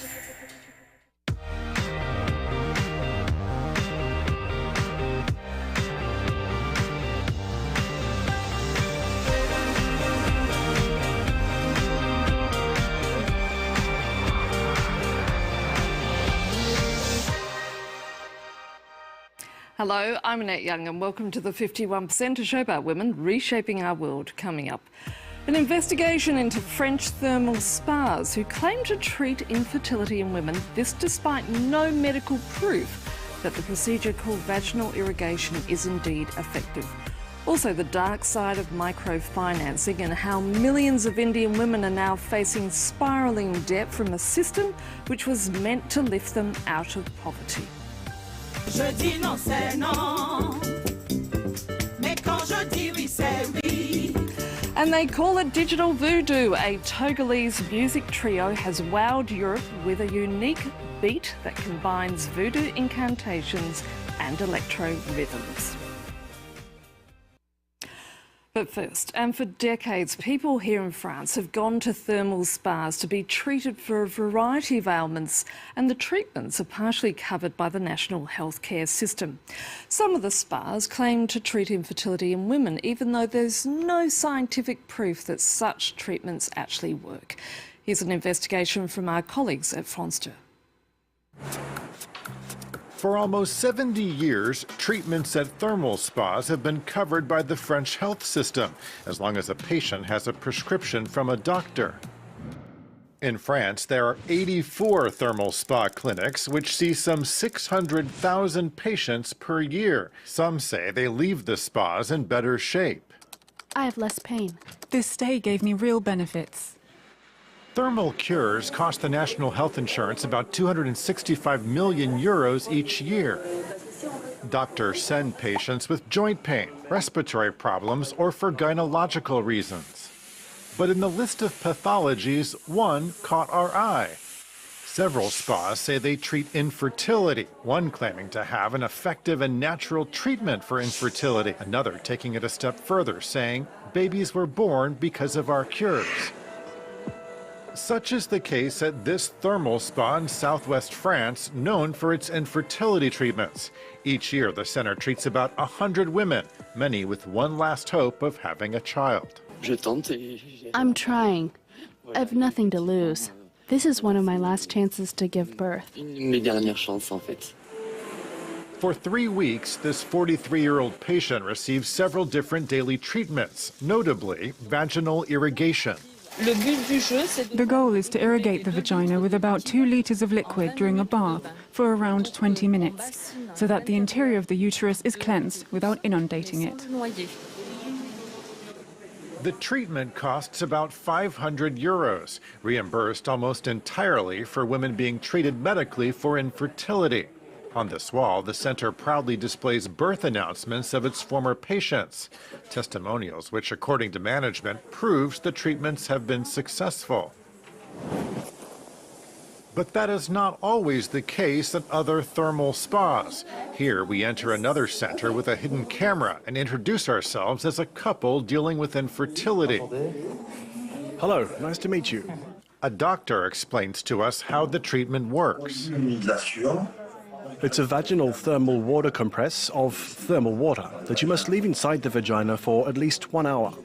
After a few minutes, we pressed the doctor about how effective the treatments are, and his response was surprising. We don't know. We don't know how it works. We know that it does something, but we don't know. It's like when you go to Lourdes and you get cured of something. We just don't know. Is the treatment supposed to purify? As I just told you, we don't know. We contacted the National Association of Thermal Spas, which said that no studies have been done on the efficacy of such treatments. One of its representatives confirmed this to us on the phone. At this time, there are none. Nothing convincing. I wouldn't risk telling you that thermal cures cure infertility. It's not true. If it was, you can imagine that I'd love to say so, but it doesn't work like that. We showed the video we shot at the thermal spa to the president of the National School of Gynecology. It's fair to say she was stunned. I don't see how vaginal irrigation can have any effect on ovulation. This really escapes me. Seriously, it's impossible. She says the treatments are not only ineffective, but also inadvisable. It is not at all recommended in gynecological medicine to have vaginal irrigation. I think it might even have a harmful effect. So how is it that these so-called cures are reimbursed by the French health system? Here's how it usually works. For a treatment to be covered, it must be evaluated by the French National Health Authority. The regulator evaluates if the treatment is effective, which determines if it's reimbursed. But for thermal treatments, there's an exception. They've never been reviewed by national health authorities for their effectiveness, and yet they're still reimbursed. In recent years, several lawmakers have tried unsuccessfully to change this anomaly. To make the effectiveness a condition for reimbursement. Yves Beur is a retired deputy who tried to do the same in 2008. He says there's an economic lobby led by elected officials from towns with thermal spas, which prevents any reform, because local economies benefit to the tune of up to 5 billion euros each year. They're defending an economic model. The economies of these towns depend on hydrotherapy. The hotels, restaurants, etc.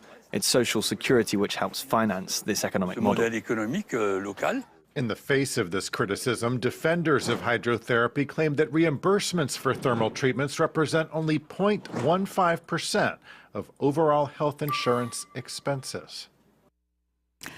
Now, when it was invented, microfinance was supposed to be a revolution, the idea being to lend small amounts of money to the very poor, especially women, to lift them out of poverty. But almost 50 years after its introduction to India, for some it's becoming a living nightmare, with an estimated 60 million women now facing significant debt. This report from our team on the ground.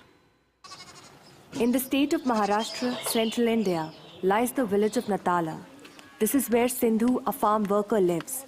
During the planting season, she works in the field for a wage of just €2 a day. For the rest of the year, she earns no income at all. There's only one way for these daily wage laborers to survive these months of forced unemployment, and that is by taking loans. In this season, we don't get work. What are we supposed to do? We have to pay for food, medical expenses. How can we cover that if there's no work? I take the loans they give me. I have stomachs to fill. These microfinance companies have provided women with such loans for the past 10 years. These loans are exclusively limited to females. This is a blessing for Sindhu, as she would have never been able to secure a loan from a conventional bank. The aim of such credit is to enable women to invest and lift themselves out of poverty.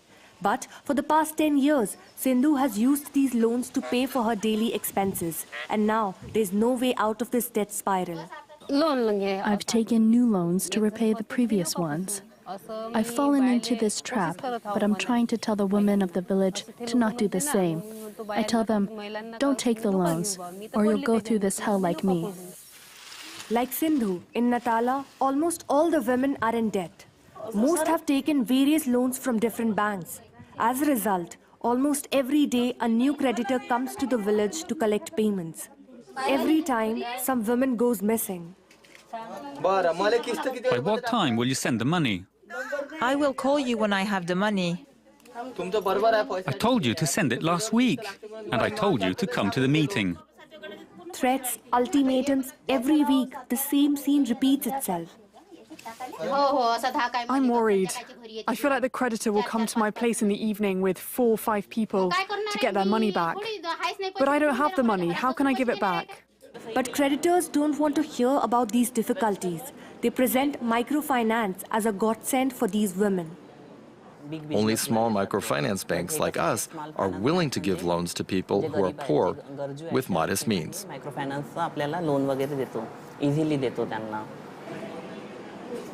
In 2022, more than 9% of Indian women had access to microcredit.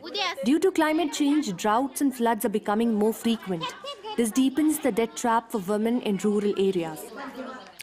And finally, they call it digital voodoo. The Togolese music trio, the Benz Girls of Togo, have pioneered a unique style that combines both voodoo incantations and electro rhythms. The group also using their platform to champion women's rights and environmental concerns. Catchy rhythms and powerful vocals. The Benz Girls of Togo are hard at work in rehearsals in the Symphony Hall of the Paris Philharmonic. 5 years ago, singer Peter Solo from the group Voodoo Game gave them their big break. The 3 singers met during a musical workshop in Togo, and he immediately saw their potential. He blended the 3 women's vocal power, added a soupçon of synth, and digital voodoo was born.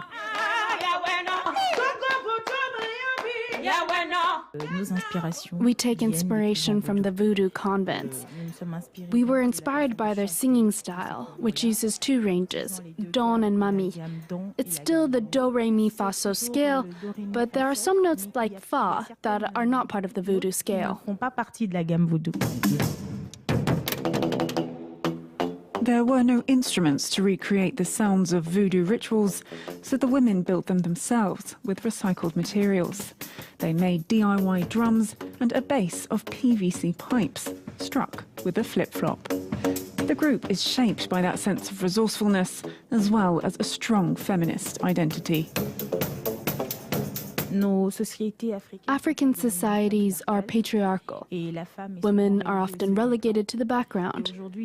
There is still a lot to be done so that we can regain the ground our mothers lost. Quand je dis non, c'est non. Mais quand je dis oui, c'est oui. Tu dois me laisser tranquille. Si je n'ai pas envie de toi, garde-nous n'amour olé. The name Nana Benz du Togo is a reference to the businesswomen of the 1970s who made their fortune in the wax trade and drove expensive German cars. These modern-day nanas hark back to those past symbols of female success while forging ahead on their own musical path.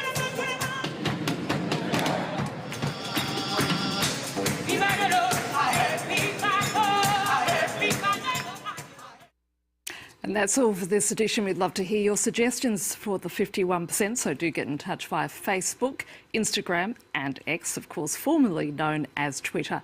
And you can catch our previous episodes on our website. So until our next show, bye for now.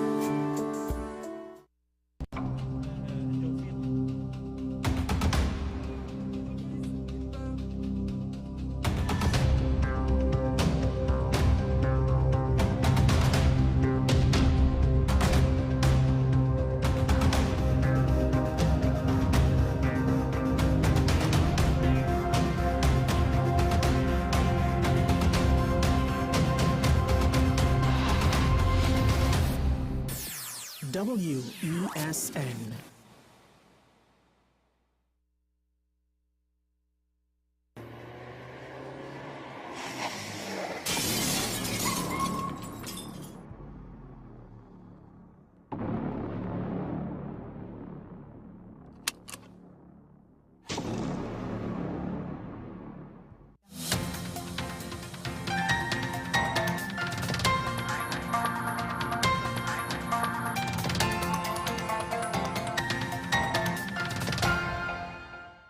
Here is the WESN News on the Hour.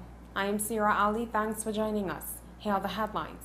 Regulated Industries Commission to reevaluate TNT's appliance damage policy. Man held with regiment-issued items. And internationally, United States eases Venezuela on oil sanctions. Now for the details. The Regulated Industries Commission has announced its intention to conduct a thorough review of the Trinidad and Tobago Electricity Commission's policy concerning damaged appliances. The update was provided by RIC's Deputy Executive Director, Carl Balcaran, during a news briefing held at the Hilton Trinidad on Thursday in response to a reporter's inquiry. It has come to light that the issue of TNT's damaged appliance policy was a recurring concern raised during the consultation process conducted by the RIC. Ms. Balcaran clarified that the damaged appliance policy will be revisited over the course of the upcoming price review period. This policy delineates the protocols TNT is mandated to adhere to, regardless of its continuous suitability for its intended purpose. In addition to this, the senior RIC official pointed out that there is a guaranteed standard for addressing voltage fluctuations. Balcaran also highlighted that there are currently 2 avenues of redress available for individuals affected by this policy. 1 man was arrested, and a firearm and quantities of ammunition, drugs, and Trinidad and Tobago regiment-issued items seized during an anti-crime exercise conducted by officers of the Interagency Task Force in the Febo Village District on Wednesday morning. Officers, assisted by the Air Support Unit, conducted the exercise between 5 a.m. and 9 a.m. on Wednesday, 18th October, during which they proceeded to the home of a 28-year-old suspect. A search of the premises resulted in officers finding 1 pistol loaded with a magazine containing 13 rounds of ammunition, a quantity of marijuana, and a bulletproof vest. Investigations are ongoing. Internationally, the United States is easing sanctions on Venezuela after the South American country's government and opposition agreed to have next year's election monitored by international observers. Sanctions will be eased on Venezuela's oil, gas, and gold sectors. The next election in Venezuela has been scheduled for the second half of next year. Other sanctions imposed over the suppression of protests and the erosion of democracy remain in place. Washington has cautioned that the relaxation could be reversed if the electoral pact collapses. But that's news to the hour on WESN. I am Sira Ali. Thanks for watching.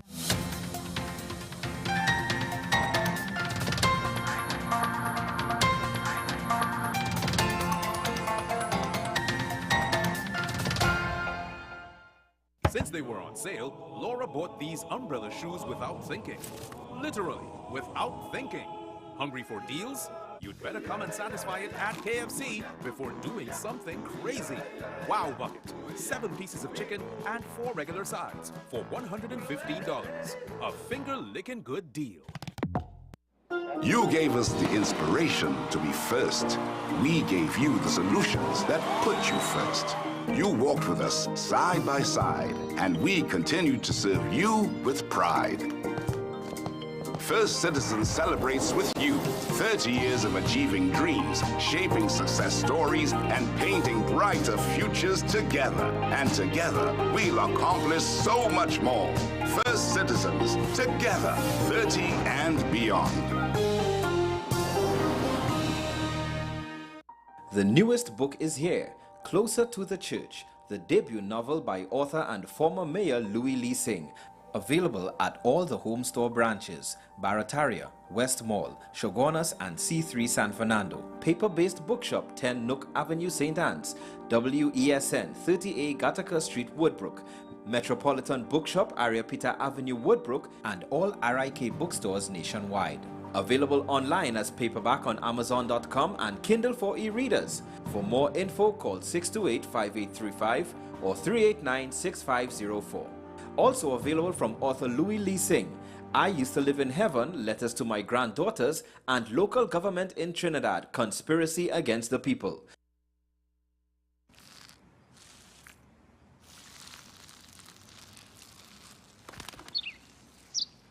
Maybe he landed here totally by coincidence.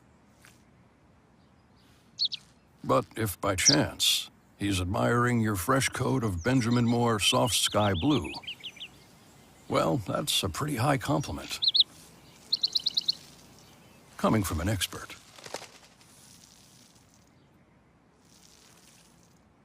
Let the Home Store turn your house into a home you love. Get everything you need to give your home that special look and feel. We offer household items, lawn and garden, paint center, hardware, plumbing, lighting and electrical, toys and storage solutions. 5 convenient locations: 6th Avenue Barataria, The Falls at Westmore, Pennywise Plaza Shoguanas, C3 Center Branch and C3 San Fernando. Check out our Facebook page for more information and come visit us today. The Home Store. Turn your house into a home you love. Alan's Funeral Home, Tunapuna. Relax. We know the loss of a loved one can be challenging, but we've got your back for all your funeral needs, from documents to the service and or burial. Let Alan's Funeral Home take care of you and your loved ones. We are located on the Eastern Main Road in Tunapuna. Call us today at 663-1829 or visit allansfuneralhome.com. Alan's Funeral Home. Let us take care of business. We are WESN, the premier platform for Caribbean content. WESN, covering West, East, South, and North. WESN, we entertainment, sports, and news. WESN, available on Greendot 7, Amplia 118, Airlink 17, Bmobile 107, Digicel 21, ICNTT 105, and Flow 110. Connect with us at WESNCC or stream online at www.wesncc.com. WESN, your premier platform for Caribbean content.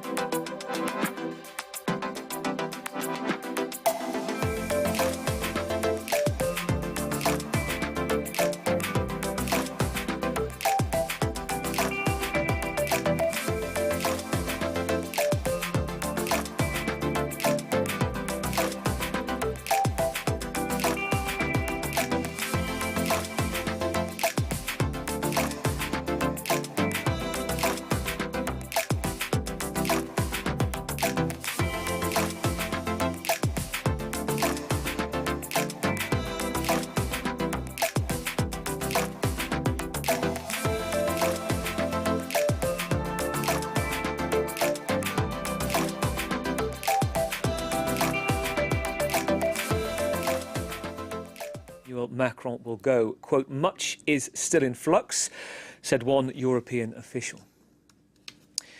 Now, in other news, the latest on the front line in Ukraine, we're hearing from Ukrainian military leaders that its forces are making some progress, significant progress, in fact, in pushing Russian forces back from the Dnipro River in the southern region around Kherson. The latest advances in the town of Pishchanivka are said to be a step towards that, but according to military analysts, the last few days has also seen some of the fiercest Russian fighting, the troops there encircling the eastern town of Avdiivka. Selina Sykes has the latest. Ukrainian Marines set off in rubber dinghies on the Dnipro River in the region of Kherson. On the other side lies Russian-held territory. These are our brothers in arms. We have no doubt in ourselves. We've come to fight the enemy. After exchanging fire, some Ukrainian troops return carrying wounded comrades. This video footage filmed earlier this week appears to confirm reports that Ukrainian troops have crossed onto the Russian-occupied eastern riverbank. According to soldiers on the ground, Russian forces have been pushed out of their advanced positions and they are now under Ukrainian control. Ukraine launched a counter-offensive in the south in June in a bid to break Russia's land corridor to the Crimean Peninsula, which Moscow illegally annexed back in 2014. But progress has been slow. Further north, Ukrainian police search for the few residents left in Avdiivka. Authorities are evacuating civilians as Russia steps up its military assault on the industrial city in eastern Ukraine, just 15 kilometers from Donetsk, occupied by Moscow. Before the war, around 30,000 people lived here. Now there are just 1,600, according to local authorities. With both sides' military resources running low after nearly 20 months of war, experts say fighting is likely to settle into positional warfare ahead of winter, with little changes along the front line. Kyiv is hoping to restock in the coming months, after US President Joe Biden gave a rare Oval Office address, in which he asked Congress to back billions of dollars of additional military assistance. In Haiti, 2 years after the assassination of President Jovenel Moïse, police have arrested the alleged prime suspect. The details we have so far is that Joseph Felix Badio, a former government official, was captured in broad daylight, leaving a supermarket in the capital, Port-au-Prince. Emerald Maxwell has the latest. Haitian police released these pictures of the one-time official who worked for Haiti's Ministry of Justice being arrested for the assassination of President Jovenel Moïse. Joseph Félix Badio had been fired from his job for alleged ethical violations weeks before the killing. Haitian police say they caught up with him in a supermarket car park in a suburb of the capital. He's been held in custody, charged with murder, attempted murder and armed robbery. Badio is accused of ordering the hitmen to Moïse's home in the hills above Port-au-Prince on July 7, 2021, where they shot the president 12 times. Several people have already been arrested, among them 18 Colombian ex-soldiers who are in custody in Haiti, as well as a number of Haitians and Haitian Americans. There are also some men in US custody. This brings the number of defendants charged in the United States with roles in the assassination to 11. American prosecutors allege that the plot to remove Moïse was hatched in both Haiti and Florida, with conspirators hoping to benefit from contracts from a successor administration.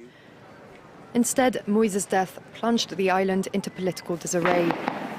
And in the absence of a functioning state, gangs have increasingly filled the void. Acting President Ariel Henry has requested urgent foreign armed help to fight the gangs. So many Haitians continue to suffer. The UN Security Council finally voted in early October to send a multinational force led by Kenya, which has yet to deploy. Next to Niger, where it's been reported in the early hours of this morning, the former president, Mohamed Bazoum, tried to escape from custody. He'd been held at his presidential palace by the ruling military regime after the coup 3 months ago.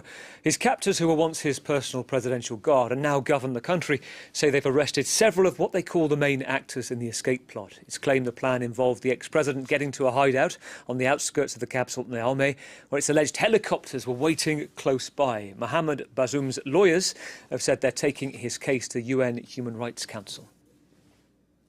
Well, stay with us here on France 24. We'll be back shortly with a full update, especially on the ground, the developing situation in Israel and in Gaza too.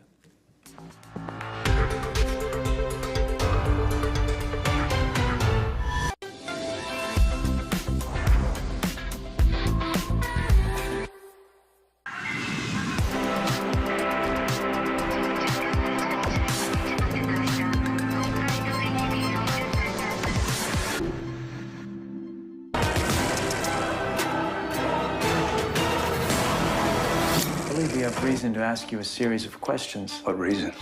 We're not at liberty to say. Please have a seat. You can too. Welcome, viewers. My name is Elizabeth Zott, and this is Supper at 6. The return of Paris's Gentleman Thief, a period drama about science and cooking, and a McCarthy-era gay romance thriller.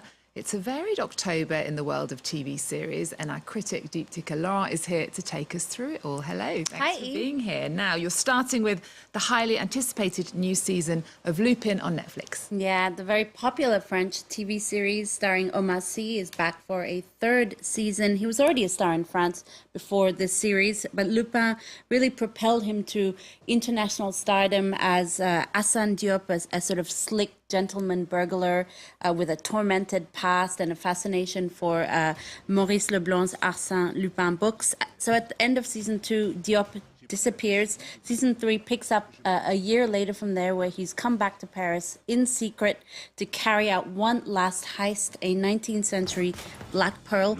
The idea being to whisk his family away to a life of luxury afterwards. As you can guess, it doesn't quite go to plan, Eve. Okay, well, Paris is a gorgeous backdrop for the show. Take a look at what the cast had to say about shooting season 3 of Lupin. Évidemment, on continue à tourner dans Paris, il y a toujours des endroits super. Paris est aussi un personnage très important. On a voulu s'amuser un petit peu plus en termes d'action. On s'est fait un peu plaisir sur les cascades, en sautant du toit, un peu de fight, de trucs de poursuite.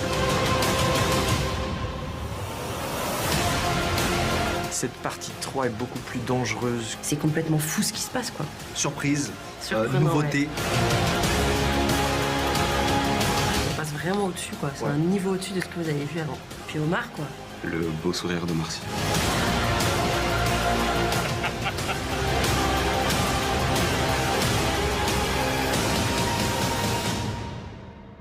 So, you know, Eve, fans have definitely given their thumbs up for the series. This season has been wildly successful. It's risen to #1 in 44 countries, on Netflix in 44 countries, including France, but also Mexico and Argentina.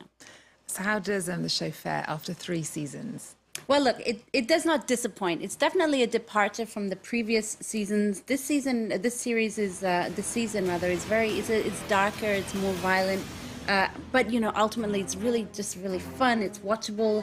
It's an excellent character-driven show. It keeps you hooked with lots of bends and twists, and without giving away too much, you can expect a jaw-dropping twist in the final episode of season 3. Now, Lupin works mostly because of Omar Sy's fabulous acting, his natural charisma that just really translates onto the screen. It leaves you also constantly cheering for him as he evades authorities and carries out these incredible heists. And you know what? He does that notably through a series of sometimes ridiculous disguises in the season. But even that sort of comes with biting social commentary because, you know, the idea that authorities see black men as interchangeable, that a cheap wig will suffice just to change his identity. So it's a very interesting look at that as well. Okay, we're looking forward to that. I'm excited about the next one, though, because I've just finished the book. It's back to the 1950s for Apple TV Plus with a period drama called Lessons in Chemistry, starring Marvel actress Brie Larson. Yeah, Lessons in Chemistry is a slow-burning, pardon the pun, drama about lab tech Elizabeth Zott, who dreams of excelling in her scientific field, but comes up against the dogmatic patriarchy of that era. So what happens is she gets fired from her job. She takes a job as a TV cooking show host for housewives, and here she uses her platform to teach women about science. Take a look. Do I need a catchphrase? Don't overthink it. Never understood what that meant. I stand proudly with the overlooked workhorse of the kitchen, women, and baked potatoes. What the? Just like you crying after telling your lies. You've got something almost no one has. Breaking through the atmosphere. A platform. What you say matters. Politics don't belong in the kitchen. A man wants his wife to make him a drink after a long day at work. Why do you assume that his day was longer than hers? Why don't you make them drink?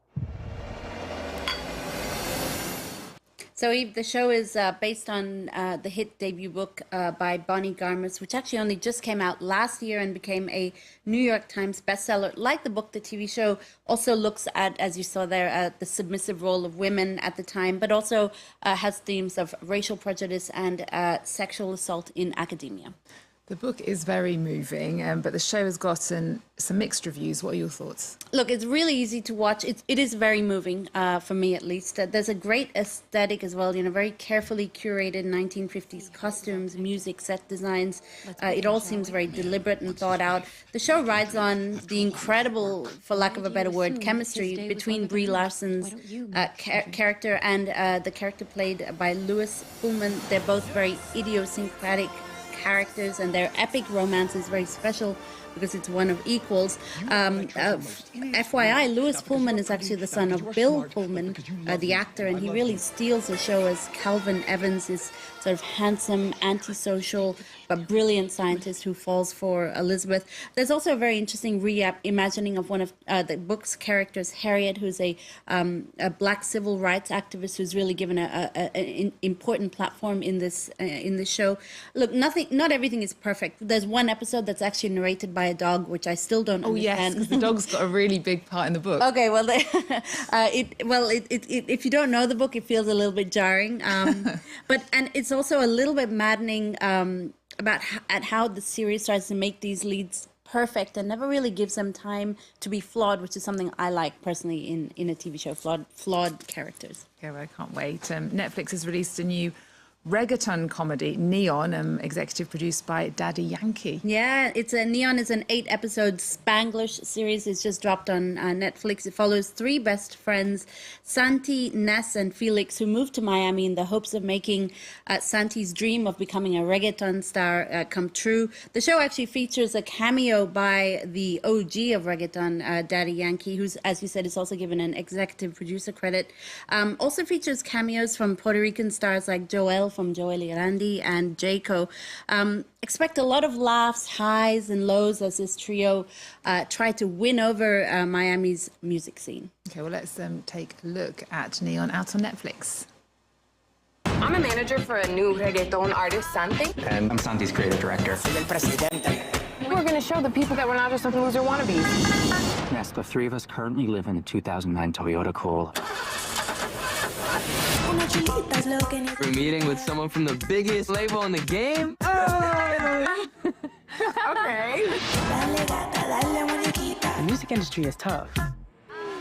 I have to see you guys out there performing.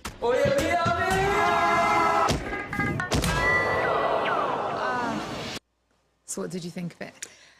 Look, it's definitely not groundbreaking, I'll be honest. The aspiring music star is a well-hammered TV trope, well-hammered out TV trope, but it is heartfelt, it's entertaining, and sometimes it's all you want to show to do. It's just to sort of distract you for a couple of hours. You will inevitably find yourself rooting for these characters and respecting their hustle. It's hard to break into the music industry. And in fact, the music, the song that the lead character sort of made his career on Netflix have given them a video clip. So should we take a look at that video clip? Oh, yeah. Yeah.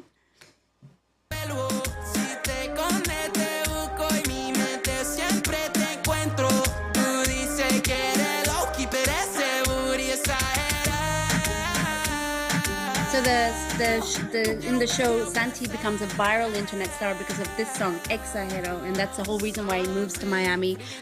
This song was produced by hitmaker Tiny, who actually made all the music for the show.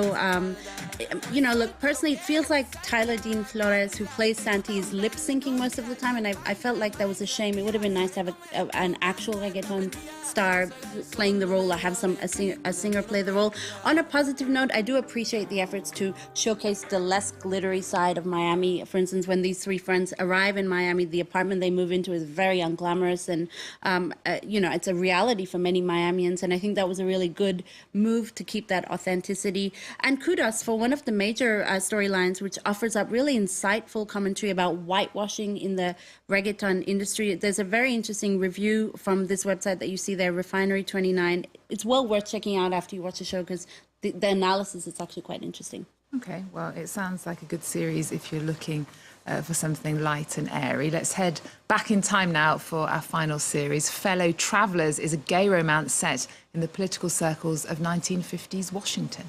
That's right, Fellow Travellers, out on Showtime this month. It's based on the 2007 book by Thomas Mallon. It features two openly gay actors, British actor Jonathan Bailey of Bridgerton fame and Matt Bomer from the hit show White Collar. The impossibly handsome actors chronicle this forbidden secret romance between their characters, who are two Washington political staffers who first meet during the Lavender Scare in the 1950s. The Lavender Scare was when Joseph McCarthy and Roy Cohn led a campaign of political repression in the 1950s. They targeted homosexuals and anyone suspected of being communists in the U.S. The romance spans decades, and it takes us through the 1950s and then the Vietnam War and then the disco era and then the AIDS crisis. You can expect a lot of steamy scenes between the characters, but political intrigue, romance, and indeed a trip through time of the gay rights movement. Eve. Okay, well, Dipti, thank you so much. Great choice this week. We're going to leave you to decide what to think of the series. Here's a preview of Fellow Travellers, out on Showtime later this month. Thanks for watching. See you next time. Beware of these communists and queers. These people are dangerous to this country. I look out at that city and think about what it denies us. We lie about who we sleep with. Not who we sleep with, it's who we love. Have you ever been in love with another male? I have loved you my whole life. My great, consuming love. Mr. Fuller, answer the question. I'm Yana Lee, France 24's Beijing correspondent covering China and North Korea. Catch me on TV, on our website, and on all our social media platforms. Yana Lee, one of the 200 France 24 correspondents around the world.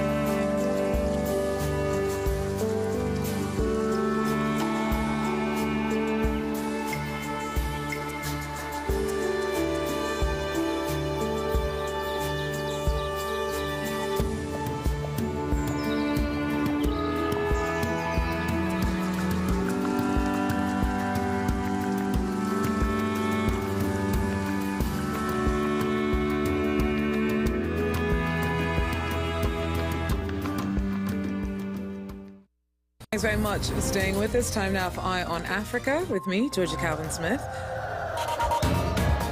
All the latest in politics, economics and the arts in Africa on France 24. Our journalists are in every region, every country, to report on the emergence of a continent of unparalleled riches. Bringing you Africa's stories on France 24. Good, thanks for joining us. This weekend. Take care.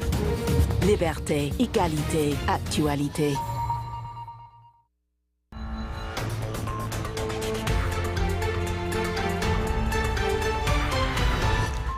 The UN's chief stands at Egypt's border with Gaza, making a desperate plea for humanitarian aid to be allowed to flow into the Strip. It comes as hundreds of trucks loaded with food, water and medicine line up on the Egyptian side of the crossing in anticipation of a small number being allowed through. Antonio Guterres calls for consistent help, with millions of Palestinians, he says, competing for access to basics like water.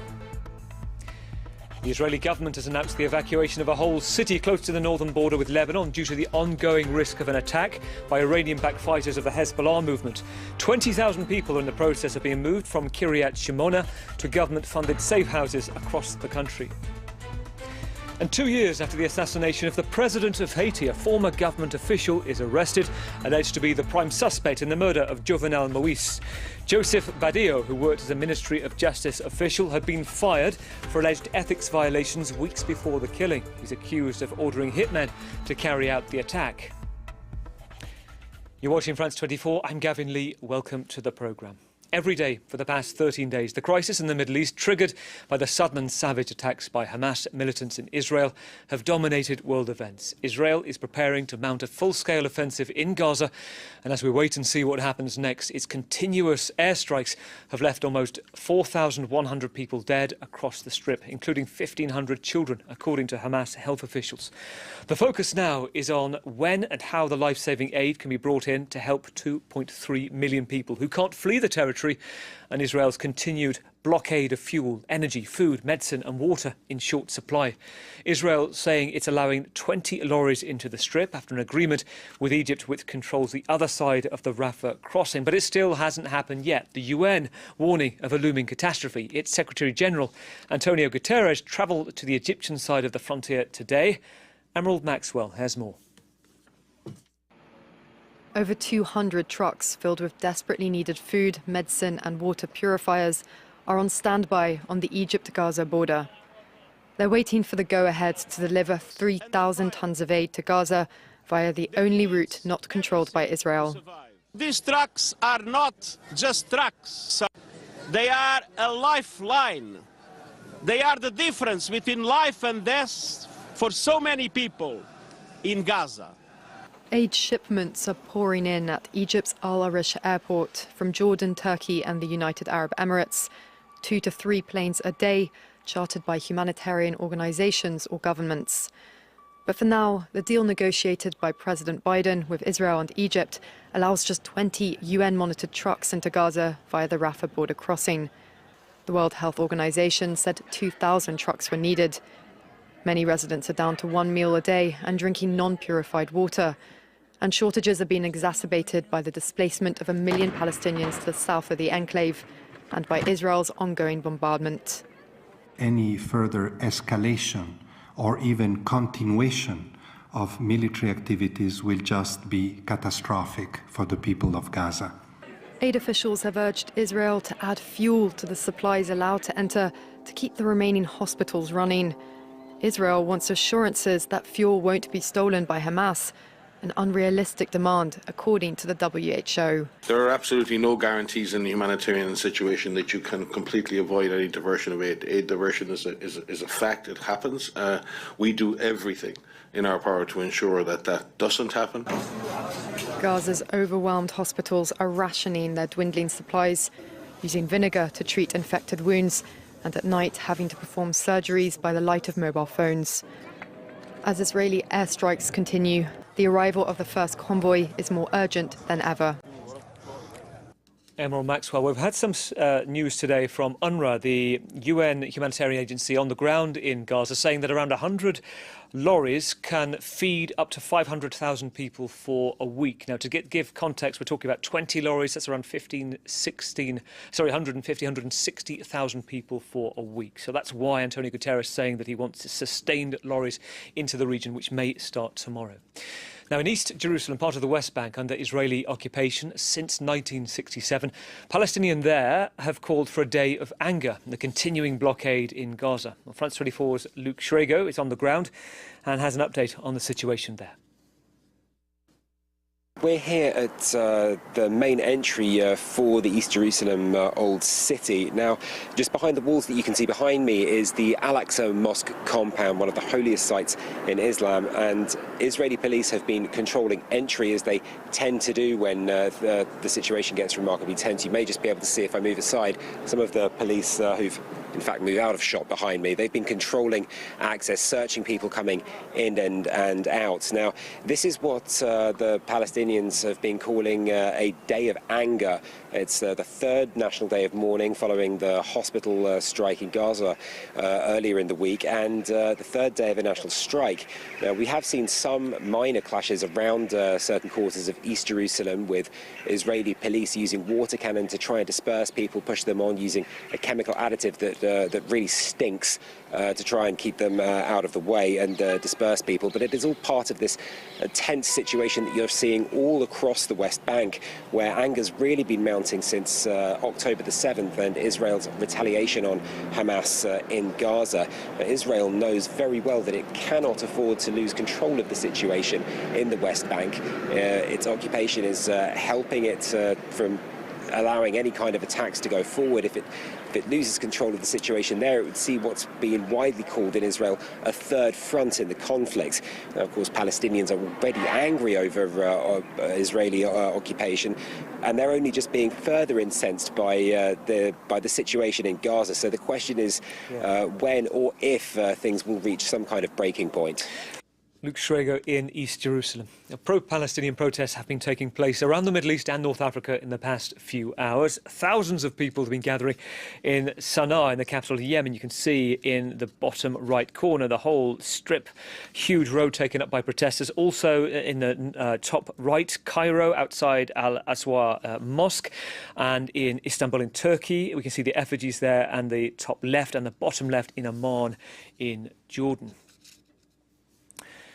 Well, the Israeli government has announced the evacuation of a whole city close to the northern border with Lebanon due to the ongoing risk of an attack by Iranian-backed fighters of the Hezbollah movement. More than 20,000 people live in the city of Kiryat Shmoa. There's been heavy cross-border fire close to the area over the past few days. Well, our correspondent Andrew Hillier is in the northern Israeli city of Haifa, and he has more on the tensions on the border.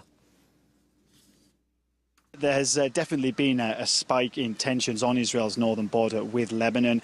Just today, the Israeli military said it had killed at least 3 militants from Hezbollah who were trying to cross into the region of western Galilee. Israeli snipers also firing back into southern Lebanon in that same area. Yesterday, at least 20 rockets were fired from southern Lebanon into the same region, western Galilee.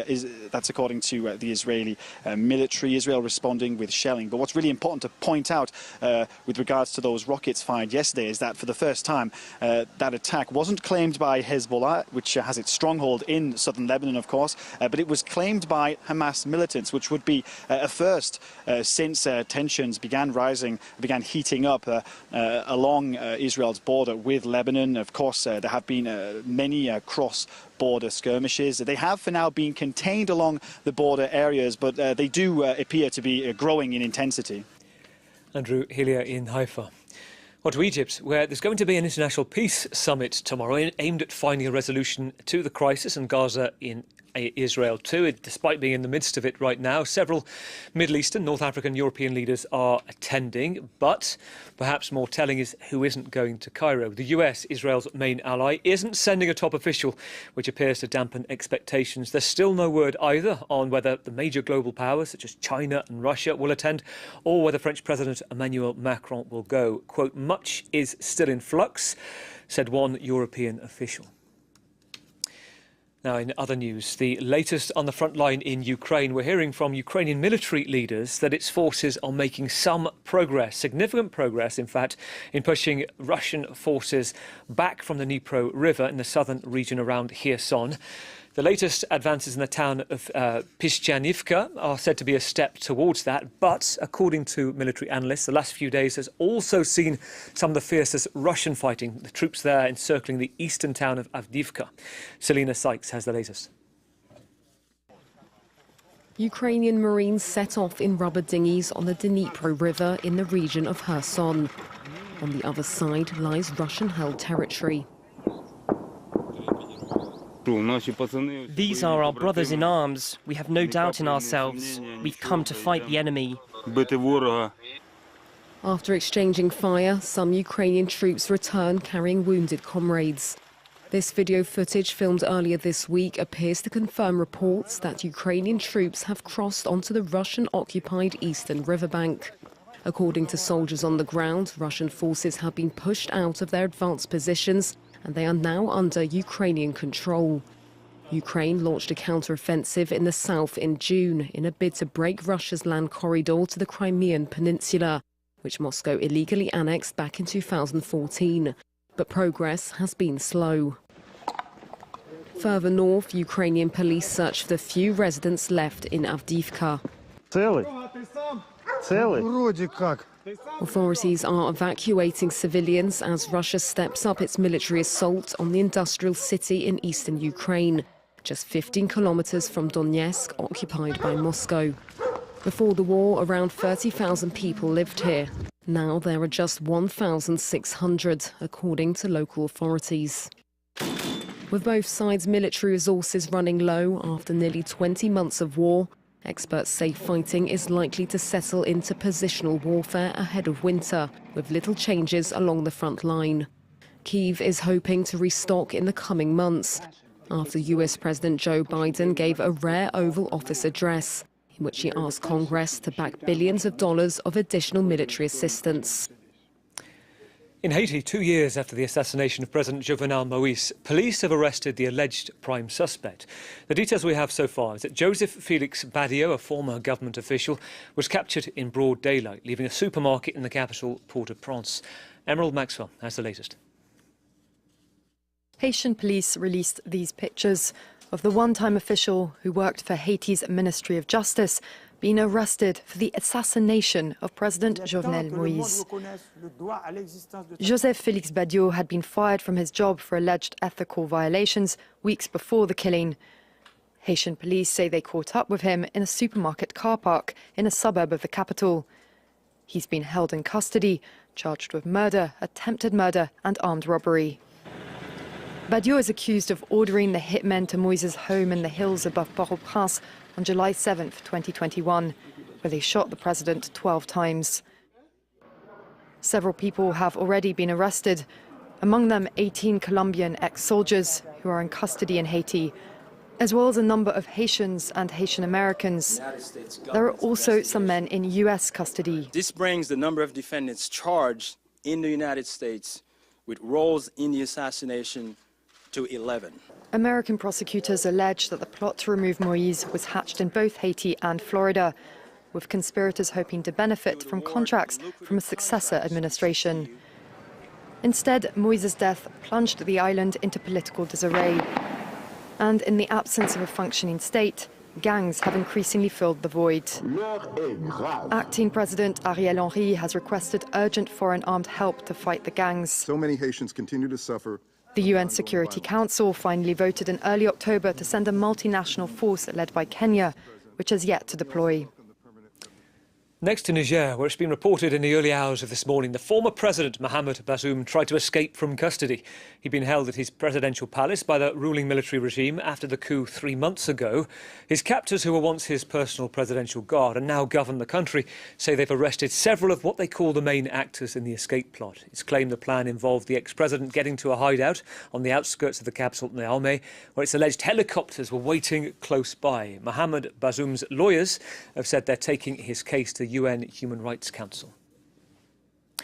Well, stay with us here on France 24. We'll be back shortly with a full update, especially on the ground, the developing situation in Israel and in Gaza too.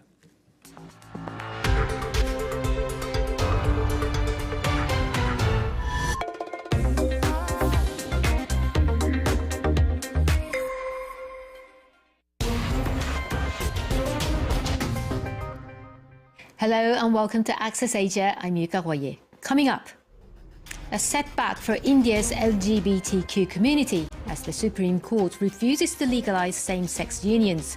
Advocates vow to continue their fight for marriage equality.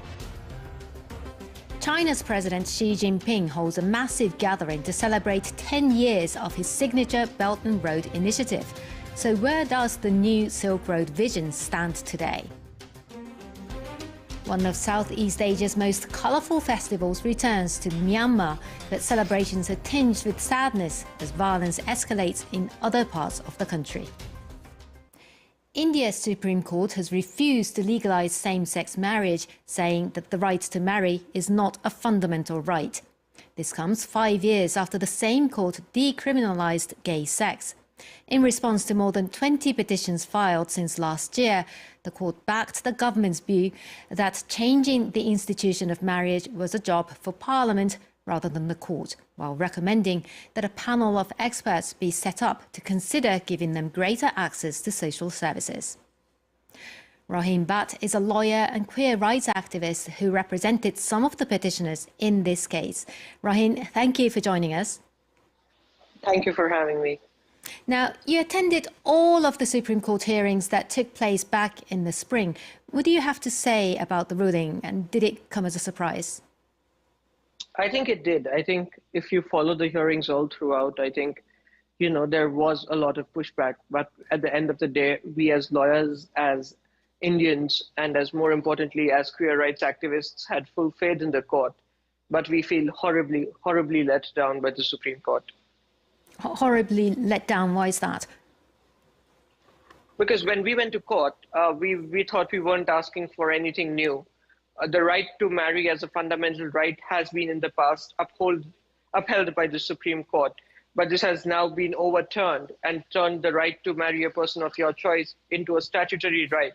So the Parliament can tomorrow pass a law and take that right away. And that's something we've seen with this verdict, where the court says it's for the Parliament to decide and not for the court. Now, could you explain to us the argument of the court behind its decision? It had something to do with India's Special Marriage Act. What exactly were the judges asked to consider? Right. So under the Indian Special Marriage Act, any two people can marry, provided certain conditions are fulfilled. The word used in the Section 4 of the Special Marriage Act is any two persons. As lawyers, we argued that any two persons should mean that it is independent of person's gender and sexual orientation. As a result, we asked the court to read into the Special Marriage Act the validity of queer unions. The court has, however, rejected this argument and said that it is for the Parliament to decide and not for the court. So what's next now then for India's LGBTQ community? Are you going to now put pressure on Parliament to act? Well, yes, but we're not giving up so easily on our courts either. We will ask the court to reconsider its decision, and we'll see where it takes us. At the same time, I think the advocacy efforts outside the court also need to be strengthened, and all of us are working on doing that and making sure that our presence is felt. And do you think there is a possibility in the court reconsidering its decision?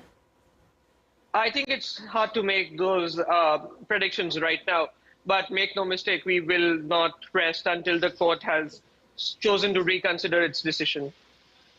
Now, it can be now, it can be 10 years later, but the court will have to reconsider and stand up for its queer citizens. Now, Indian society, meanwhile, has evolved, and there are millions of gay people now. Could LGBTQ rights become an issue at next year's parliamentary elections? I don't think so, because we presented evidence to the court that the issue of marriage equality had come up multiple times in the past 4 years before the Parliament, and the Parliament in its unsympathetic way has chosen to not act on these issues. So I think the court has relegated us to a Parliament that is insensitive and has chosen to pass the buck to a Parliament that is unwilling to act. So I don't think it could be an election issue next year. Rahim Bhatt, LGBTQ rights activist and lawyer, thank you once again. It was billed as the most important diplomatic event in China this year. Dozens of world leaders descended on Beijing for the two-day Belt and Road Forum.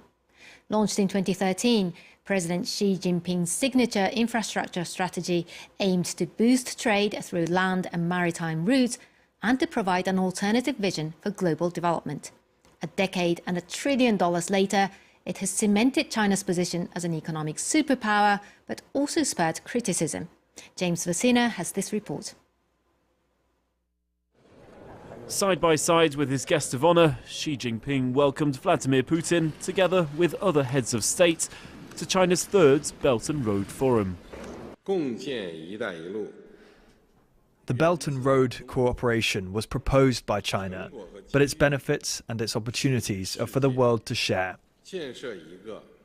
Let us advance modernization in all countries. Let's build an open, inclusive and interconnected world for common development and build together a community that'll lead to a shared future for mankind.